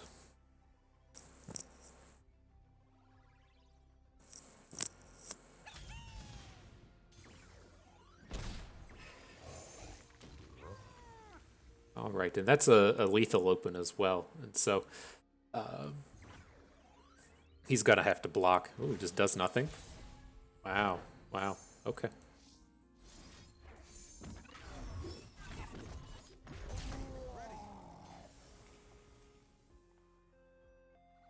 I'm ready. Let's see. Let's see how this one can be ruined. At least like with a space like this, if he spends like 6 mana on a Harsh Winds, then we're still in a pretty good spot, right? He's not adding anything to the board. He's just preventing a bunch of damage. So it could definitely be worse. We can beat Troll Chant. I'd actually kind of prefer his unit to die, but I think we want to go for the lethal. Wow, that's what a brother likes to see. Let me get all them damages in. There we go. Appreciate it. Game says we're coming in for 20. Now, granted, we can still get Harsh Winds out of this or something, but coming in for 6 feels pretty good, even if he has it.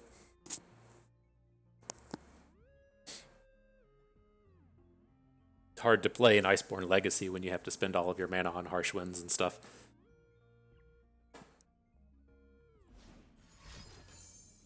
Troll Chant, okay. Mystic Shot. Still coming in for 13. All right. Do your thing, decisive maneuvers. GG.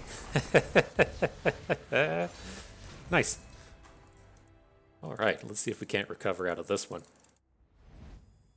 All the marbles on the line for old Taliyah Ziggs. Get in there. Get in there, friends.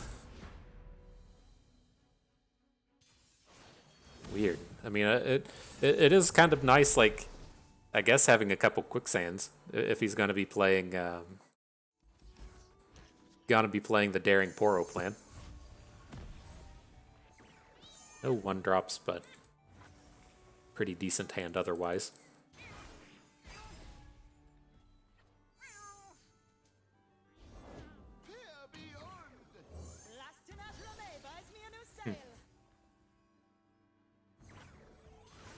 I'd love to find a way to get this Endless Devout dead.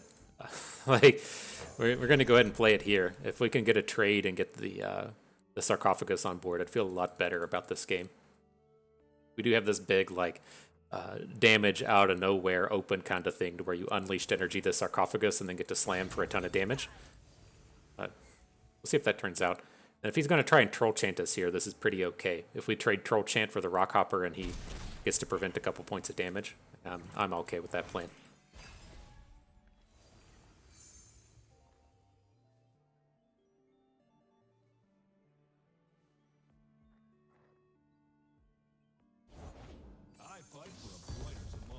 Jace with the quick attack. Okay, we should be able to take him down this turn. He's gonna like quick attack, and we're not gonna care. Then we can use the Rockhopper thing to take him down with this Arcane Explosion or whatever this dumb card's called. Right of the Arcane, is that what this is called? Destroy a landmark with the unit.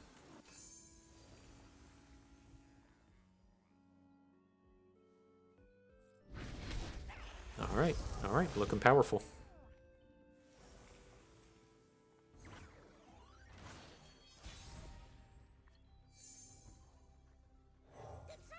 Here comes the Ziggs. I don't want to have to Absolver this turn, but we can. What seems to be the problem? I go! I'm not going to let the Donger stick around, though. If we get to Absolver out of this combat, I'll try to take him down. It's a unit, okay. 2 units. Little scary.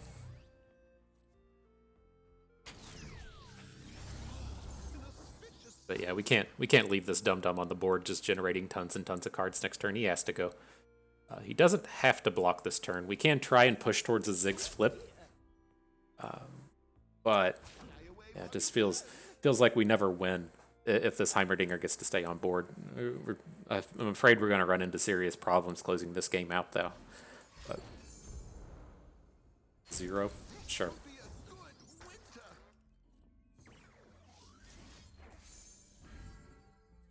Alright, get in for 6. I don't know. I don't know about this, guys. We do at least have like the +4 damage hit coming out of hand. And so we might be able to get a big surprise hit in. He's gonna get what, like five turrets on the board this turn? 3. Two of those were Daring Poros. Same thing applies though. This is a really tough board to attack through now. Now, where did that one run off to? Little rooms are just as good as big ones. Okay, there's a dude. Let's use a Preservarium. Minefield's interesting for next turn. We can get 2 of his units off the board. Sure. It's not going to attack us. Like, this would be also kind of good if we could get a block onto the Apex turret. Doesn't look like that's going to be a thing, but would have been cool.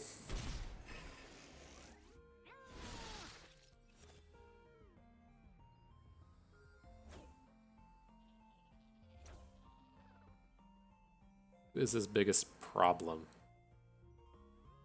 Kind of like taking down the tough unit, but I think like my idea for next turn is I'm going to play the minefield and stun something. I'm going to blow it up and then get an attack in. So we get to stun 2 of his units. He's going to be able to get a full board, but maybe we hold off on that.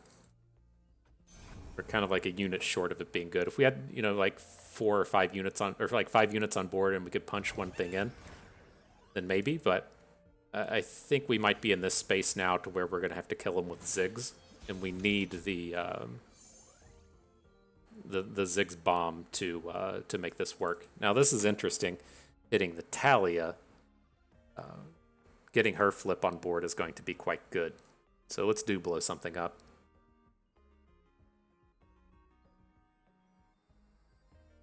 How much do we don't have mana for everything. Man, that's too bad.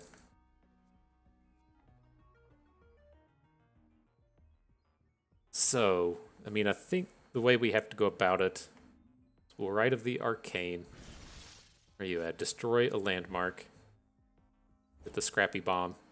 Blow up, I guess, his 3 attack unit. Should probably just hit one of these Daring Poros, right? I think this is the only way we'll actually lose this game, is if he gets the Daring Poros on the board and drops an Iceborne Legacy. So we should probably try and take the Daring Poros down. But now we're in this like awkward spot to where we can't copy a bunch of stuff with Taliyah. We can copy the Preservarium, but it's not a ton. Flip Taliyah should get some damage in though. Ziggs can get in some damage. Then ideally, next turn, the 2 Preservariums blowing up in conjunction with Ziggs will be enough to get a kill. Ideally. Hopefully. Maybe.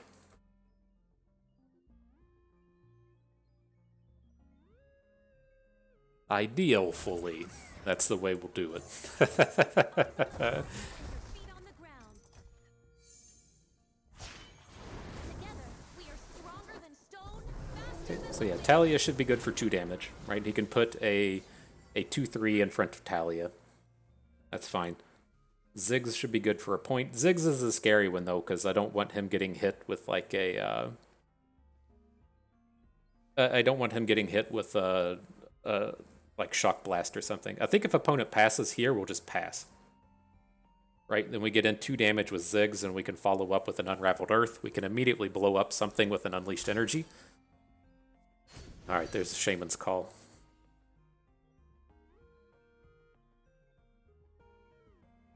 I think that's okay. I got a short fuse. O2 regenerate.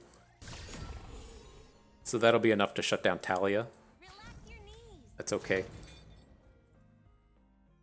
With only 2 mana, I mean, our Ziggs can fall to a Mystic Shot at this point, but I think that's okay. I mean, it looks like his game plan is to put the Poro Herder in front of Taliyah to stop the volleys from coming through. Yeah, this is so brutal, though. I don't know. This Ziggs attack was maybe too greedy.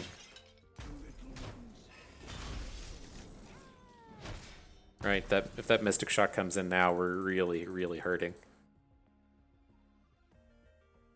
I think that was a mistake with Ziggs. That 1 point of damage is never relevant, but if we don't get to untap with him next turn, we're in such a bad spot. Okay.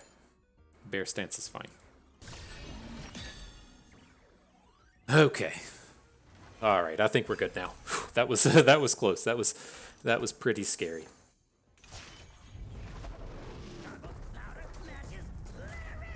I don't think there's any ways he can just like open kill us here. He could play an Iceborne Legacy, but that should only be good for an extra 4 damage.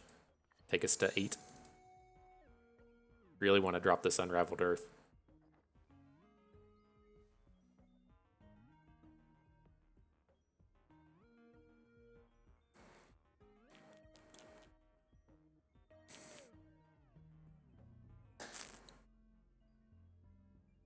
So I think that's where this would be okay, right? If he starts like being like, here's my Poro cannon. I'm gonna play a Poro, and then we get to drop a Unraveled Earth. Shock Blast. Okay, we can play around that now. Oh, we should have gone ahead and Unraveled Earthed as well. Do we have time for that? Yeah. Okay. So now, if he drops a unit, we just get the win. GG. Oof. That one was close. That was a little sloppy there. Again, I don't think we should have got that Ziggs in combat. I'm really regretting it after we did it. I think we probably still would have won that game, but that's not an excuse.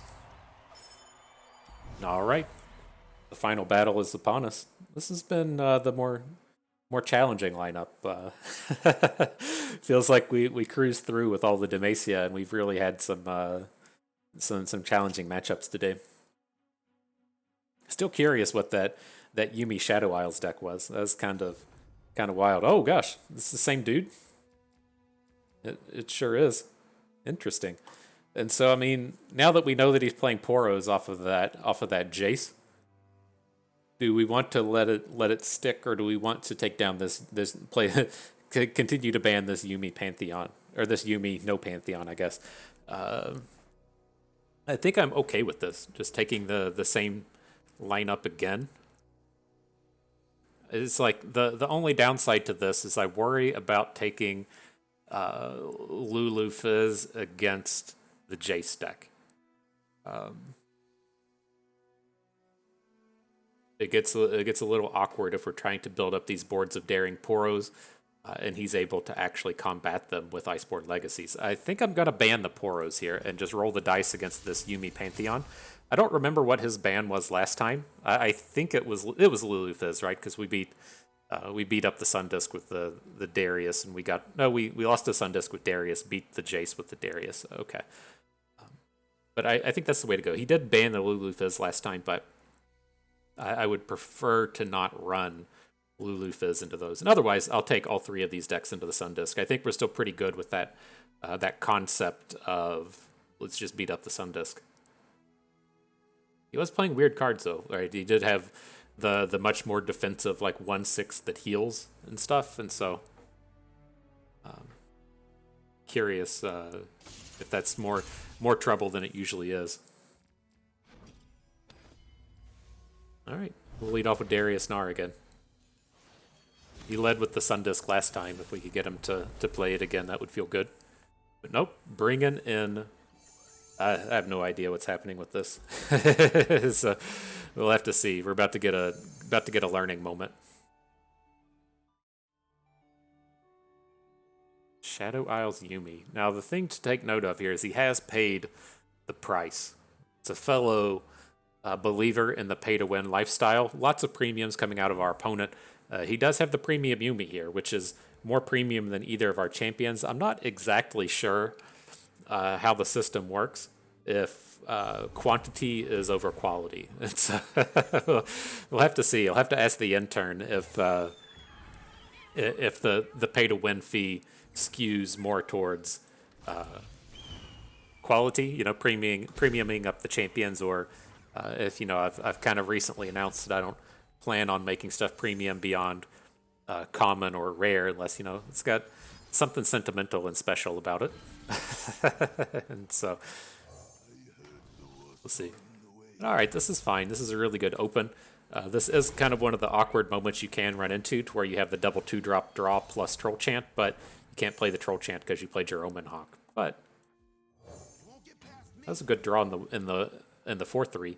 We can kind of decide how we want to go about this. He does have Hungry Owlcat in hand, which is a little awkward. So we need to attack now. I don't want him playing this thing for 0. Get the big punch in? Sure. Now we're primed and ready for the decisive maneuver. Also gonna be primed and ready for a Battle Fury. It just depends on how things go. I'm a little bit more worried about dropping Battle Furies on this board, because they have Vengeance or Steel or the various stuns and stuff. I don't really want to deal with that. Okay. No problem. My overwhelms are ready to whelm. They will not be underwhelming or whelming. They will be very overwhelming. Feels good, man. Shadow Isles Fairies. It's so weird. The Mask Mother. Is that some kind of combo to where the Rainbow Fish goes in hand, but it keeps the stats? Okay, clever. I see what you're doing there.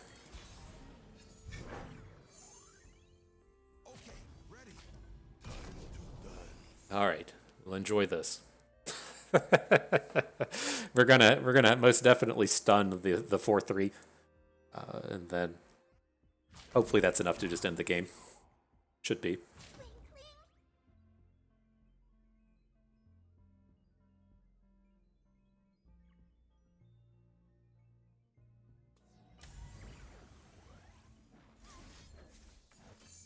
Maybe not. This gets us a few more points of damage. The big thing that would come out of this is being able to take down this 7-5. We'll see. Like, if he can't Vengeance because he doesn't have the mana, but the idea here would be if he has Vengeance, he can't play it on our unit combating his unit because he's just going to die. Pokey sticks. Okay. GG. All right. You did the good work, Darius, Gnar. You did the good work.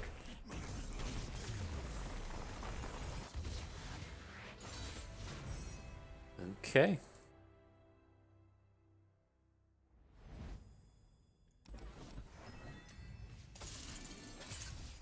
Bringing in the Lulu Fizz. Sounds good. I feel much better having Daring Poros up against. Well, I guess if he has like Mask Mother with the bonuses that we can't just like block with the 1-drop, but let's actually hang on to the scrap heap. And say like depending on how things fall, we might want to go the Yordle route on turn 3.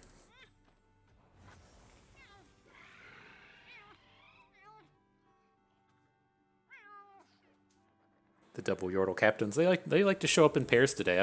I had to stop and remember if we even got to play Lulu Fizz today. We did.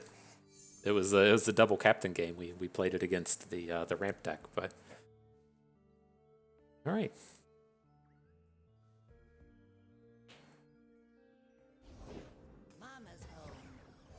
Not going to spend a Mystic Shot on the Commando. Not quite worth it.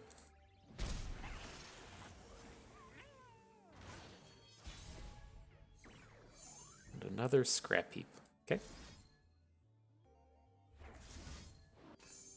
Got a cheap bro in here? Barely. This is a good one. That's the Mecha Forcer, right? So we get to We get to make the support challenges with the Flame Chompers. It's pretty cool. I've become quite a fan of this interaction.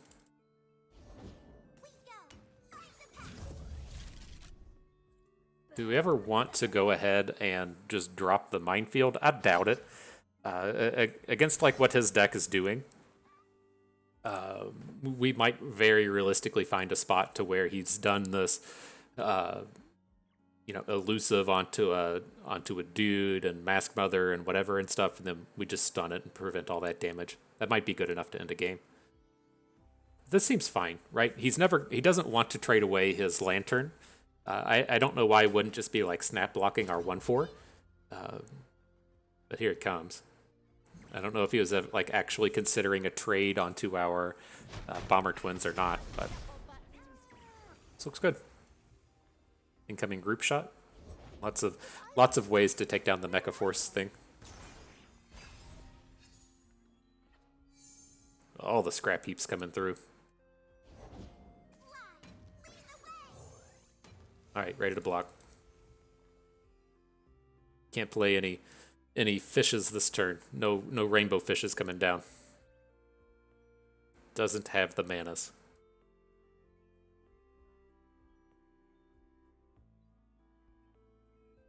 So what do we do next turn, though? I don't think we want to open. I think I want to get this Yordle Captain down. There's just not too many ways for us to easily get around him getting a free unit. This is fine.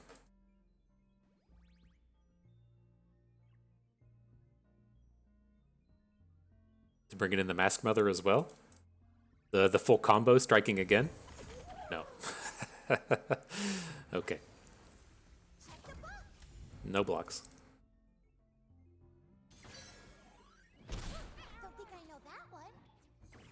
So right, I don't think we want to open. It's like we can, if it runs like similarly to how it did last turn, to where oh, that's kind of interesting with the Flame Chompers coming up. If it comes into like last turn to where, say we want to hook the 3/2 with our Flame Chompered unit, I'm going to want to get a Mystic Shot onto this Assistant Librarian if we can. Let's just put the stats on board. He's going to get to play something for free. If he's like Rainbow Fishes, like that seems fine. I don't really care about it. Owlcat, okay.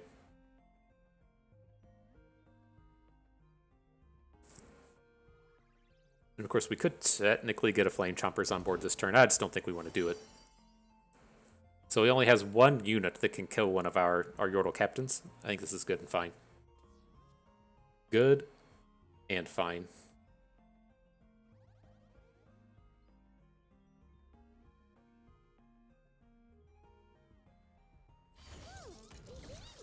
Yeah, he's got to worry when they're taking forever with their with their loping telescope. Which end of the spectrum was it? Was it the ridiculously powerful one, or was it the these cards are all garbage one? It's not an easy snap.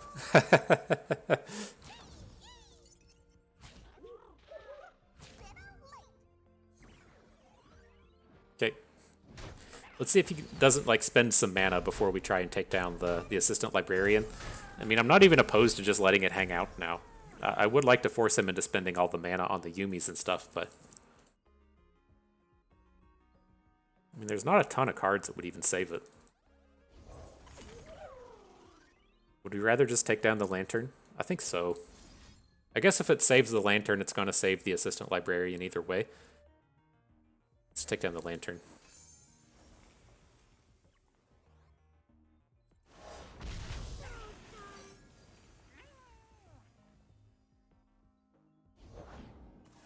Okay.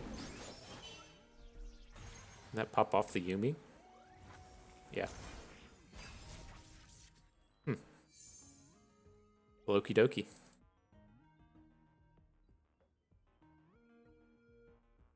I was hoping that we'd just get to Minefield next turn. I don't think we need to here. The only way he should be getting kills here is if he has a whatchamacallit, a double dragon, whatever that stupid thing's called. we'll go ahead and block. I don't want to die to Atrocity, and we have another Flame Chompers in hand. But I'm not ultra worried about what happened there. Trump Attacker. That's our usual go-to in these situations. Don't think I want the Dipper. Okay.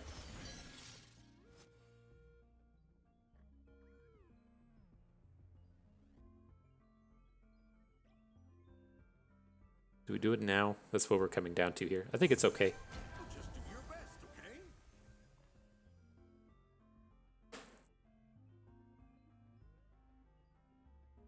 And we'll see what happens next turn. I mean, it's not a horrible open, just hooking the 3-2 and then letting him combat our big units. I'm not amped about it, I don't think, but it's not unreasonable.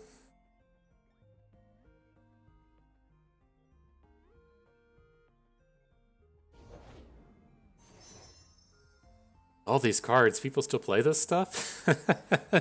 do you remember when all we used to do was sit around and bitch about Conchologist and Loping Telescope? Used to be one of our favorite pastimes. I don't know what people are bitching about now. I scroll through the Reddit on occasion, try to keep up with what the kids are talking about. I don't think there's too much complaining going on.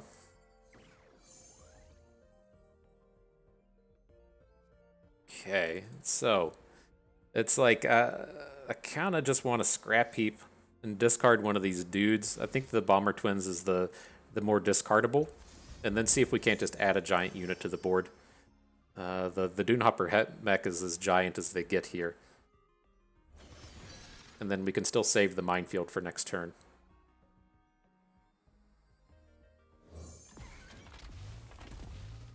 I think we might have lost this one though. We need. It's like I don't feel like we can just like sit around and stall and wait on our Yordles and arms. We're just like too far behind for that kind of stuff.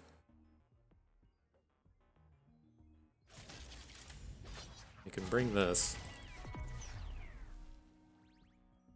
So we attack with all this. There's not a real reason to attack with the Captain. Right, he'll just block it with the Conchologist. The Conchologist now can move in front of like a Sand Soldier, but it's not going to be enough damage.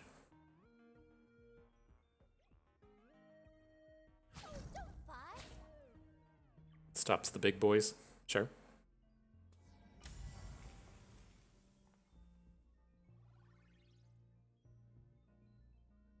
So I think we're okay. Again, like... He needs to be playing a, sure, he needs to be playing a, like, Double Dragon this turn, and then opening for this to be particularly scary. I think this is fine.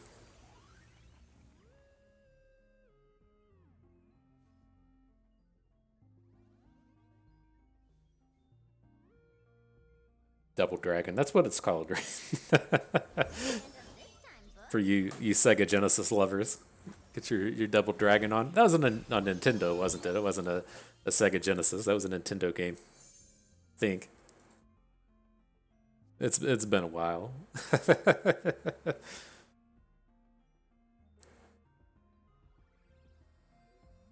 All right, I do like that he's left us with this this Dunehopper mech on the board. It's some very real damage coming in next turn with the mechs being 2/2s, and then okay, the mechs being 2/2s, and then with the or the Sand Soldiers being 2/2s. I knew that. I knew that was an incoming possibility. All right, GG. Okay. Man, that was close. I think if we would have gotten to the next turn, we would have been able to win that one. But the Atrocity is always a factor out there. I think that was the only shadow. No, there was Mask Mother as well. It's a combo, I guess. But that's the The card that makes me curious out of a deck like that is actually the Fey Lantern, whatever the one that lets you cheat on your mana is. That strikes me as a card that's going to be a problem at some point in time. Now, if like they support Fey like they have with Spiders, to where we only see a new Fey unit like once next year, then it'll probably take a while. But with there being the Manifest Fey, or the Manifest of Fey, and then it makes it much more dangerous in terms of what the new ones are, since there's so many ways for them to get brought onto the board. Oh my gosh, this is not a good hand. Gotta get rid of all of this. Again, we need a really aggro start coming out of here against the Sun Disc. This is a pretty weak one. Urchin feels okay. Like, we're on the attack, or on the odd attack. I feel like we need to drop it. We can get rid of Pokey Stick, I think. Never trading out Treasured Trash here. So it's a little unfortunate in terms of getting value out of the discards from the Flame Chompers or who have you, but I want to get in here and start punching as early as we can. Are you ready? Let's take it for a spin. Okay. Nice generate in the Preservarium. Good job, us. Good job, us. We did it, team. We did it.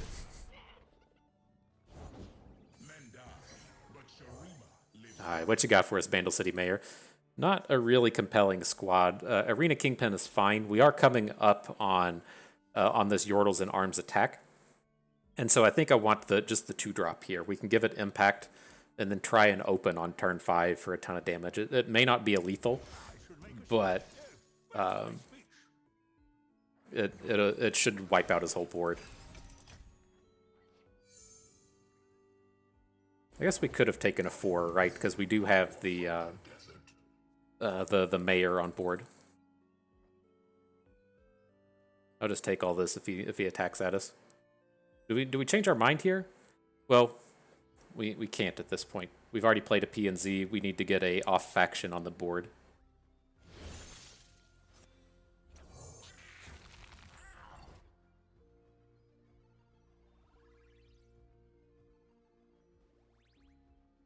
Okay. So again, I don't think this is going to be a lethal, but we should be able to kill both of his champions and kill whatever his other unit is. He's going to have to like play a unit and a quicksand or something to save his champions. Such premium. I appreciate it, my dude. Not enough people out there playing the pay-to-win lifestyle. As you can see, we're here in the final battle of the Gauntlet. Everyone playing with all the premiums. It's pretty spot on as to why we got here. It should be obvious. Oh fuck. Okay. So we got a mana crystal out of that. We share the water's fortunes. Oh, that's bad. Okay.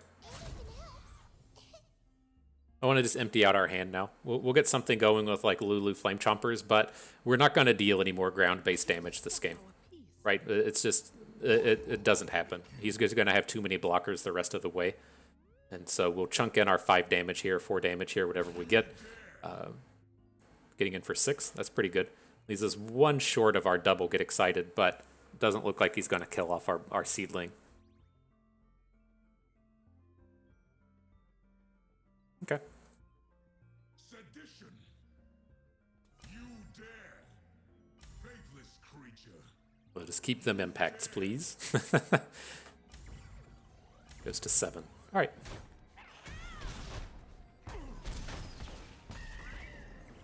Counting on you, Blast Cone Seedling.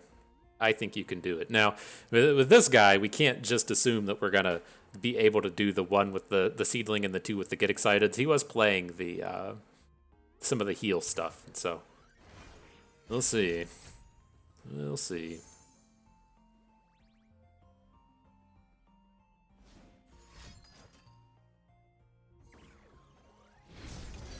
Okay.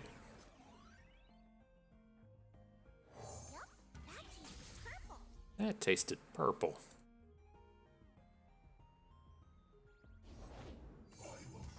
Zerath number 2. Got it. Guess we could have just hit him to the face with the get excited, but I think this is okay.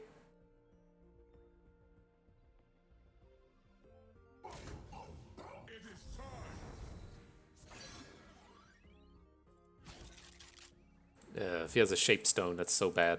All right, let's take it. So again, we just need to get this 2 damage in with the Blast Cone Seedling, and then we should be okay. Oh fuck, he double Zerathed our Flame Chompers? No. We'll see. We'll see how much it matters, I guess.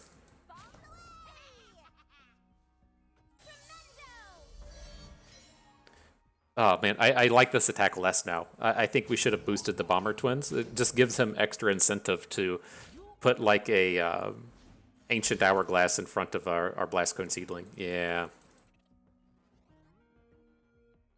Okay. I don't like that. Let's see if he spends some mana. If he spends below 4 mana, we could just burn him out, but... Okay. Okay. Okay. I guess that's one way to do it. Man. Definitely scary. Definitely scary. And there you have it. Mark it a Prime victory. Prime glory. Prime, we did it. Amazon Prime victory brought to you by Thursday Night Football. All right. Do we get anything for that? Does it take us up to eight of the Prime glories? We achieved it. 8 glory total. Okay. So yeah, I never figured out what these things actually mean. But man, I really like gauntlets, and I wish that they would get some support. Like kind of the space I stand in, and like wanting to play the game and do stuff is like I'm all for playing tournaments if it's like a big one, right? I can't play like 5 rounds of Swiss with the cut to top 8 and devote like 8 hours of my day to just like random, $25 to first place tournament. It's like sure it's like fun and all, but even like if that was like a $5,000 to first place tournament, it's tough for me to assemble the time to be able to do something like that. And so like when seasonals comes around and stuff, yes, I'm gonna play in it. I'll figure out how it takes to get qualified for that, and we'll go play. But just for hey, it's a random Saturday. Why don't you come and play one of these large tournaments? It's really tough for me to do, and so I just wish that there was like a more competitive end of the spectrum for something that didn't take as much time. And that's kind of where Gauntlet is. I wish that it had some kind of like buy-in attached to it, and that there was some kind of like leaderboard attached to it, so that you have more reason to play. Like I hate saying that there has to be a reason to play because the game's fun, right? But people are realistically looking to min max everything that they do in their life, and when there's not that additional incentive to come out and play the format, or something to grind towards, or say something to say, hey internet, look how big my penis is. It's kind of tough to do. And so if there's not some kind of like public leaderboard for the Prime Glory totals and everything, or if there's not some kind of buy-in with a payout, or what I think would be kind of interesting, which I don't know if they're able to kind of pull these things off, but in the world of poker, you would have kind of like multi-tiered satellites, as to where you could play in like a really cheap buy-in event, and if you won it, you qualified for the big one, and then if the big one, you could either just buy into it for the big dollar amount, or you could satellite up into it. And so the way that would work is you have a 10-person tournament all paying $1. You win that tournament, then you get buy-in into the $10 tournament, and then the $10 tournament is a table of 10 people that qualifies you for the $100 tournament, and then that steps all its way up. You can kind of pick and choose what level you want to play at, something like that, or what you see over in the Lands of Magic Arena with their occasional monthly events where day one you basically have to win a gauntlet, and then you can play that gauntlet as many times as you want. And then day 2, they have basically a bigger gauntlet as to where it's only people that qualified in the previous day, and then it has the big cash prizes attached to it. Like, those are the kind of things that I could most certainly pull off, but just playing like a random tournament on a Saturday is pretty tough for me to find the time to do. And so maybe one day, we'll see. It's still in its infancy, and given how Magic's competitive play has really alienated a lot of players over the past few years, and I'm not sure if they even like still do stuff for Hearthstone. Like, I haven't seen it if they do. I did get to looking at like the upcoming Dream Hacks, and there's just like no card game presence whatsoever outside of like Paper Magic, which I have no ability or desire to play. And so I thought that was kind of odd, but maybe something like that will turn up once COVID has had more time to die down and some of these games have had some chance to grow. But I thought the DreamHacks always supported Hearthstone to a degree, and so that was kind of odd for me to see. Maybe the competitive flavors have fallen out of favor there as well. But nonetheless, that is going to do it for us today. We made it to the end. We got all of the wins without any Demacia champions. We can do it. We can say we did it. You can't say bust. You only win with scouts. And we made it here with this hodgepodge of overwhelmed champions. And so we will bringing you some more scouts tomorrow. Don't you worry about it. That is my intended video for the next day. If you don't want to watch us play scouts, then go watch something else. There's plenty of content out there. But nonetheless, that is going to do it for us today. And so I hope everyone enjoyed the video. You learned how to play without the Stony Suppressor. You maybe learned a thing or two along the way and had a good time watching. This is Bust, and we thank you for being here.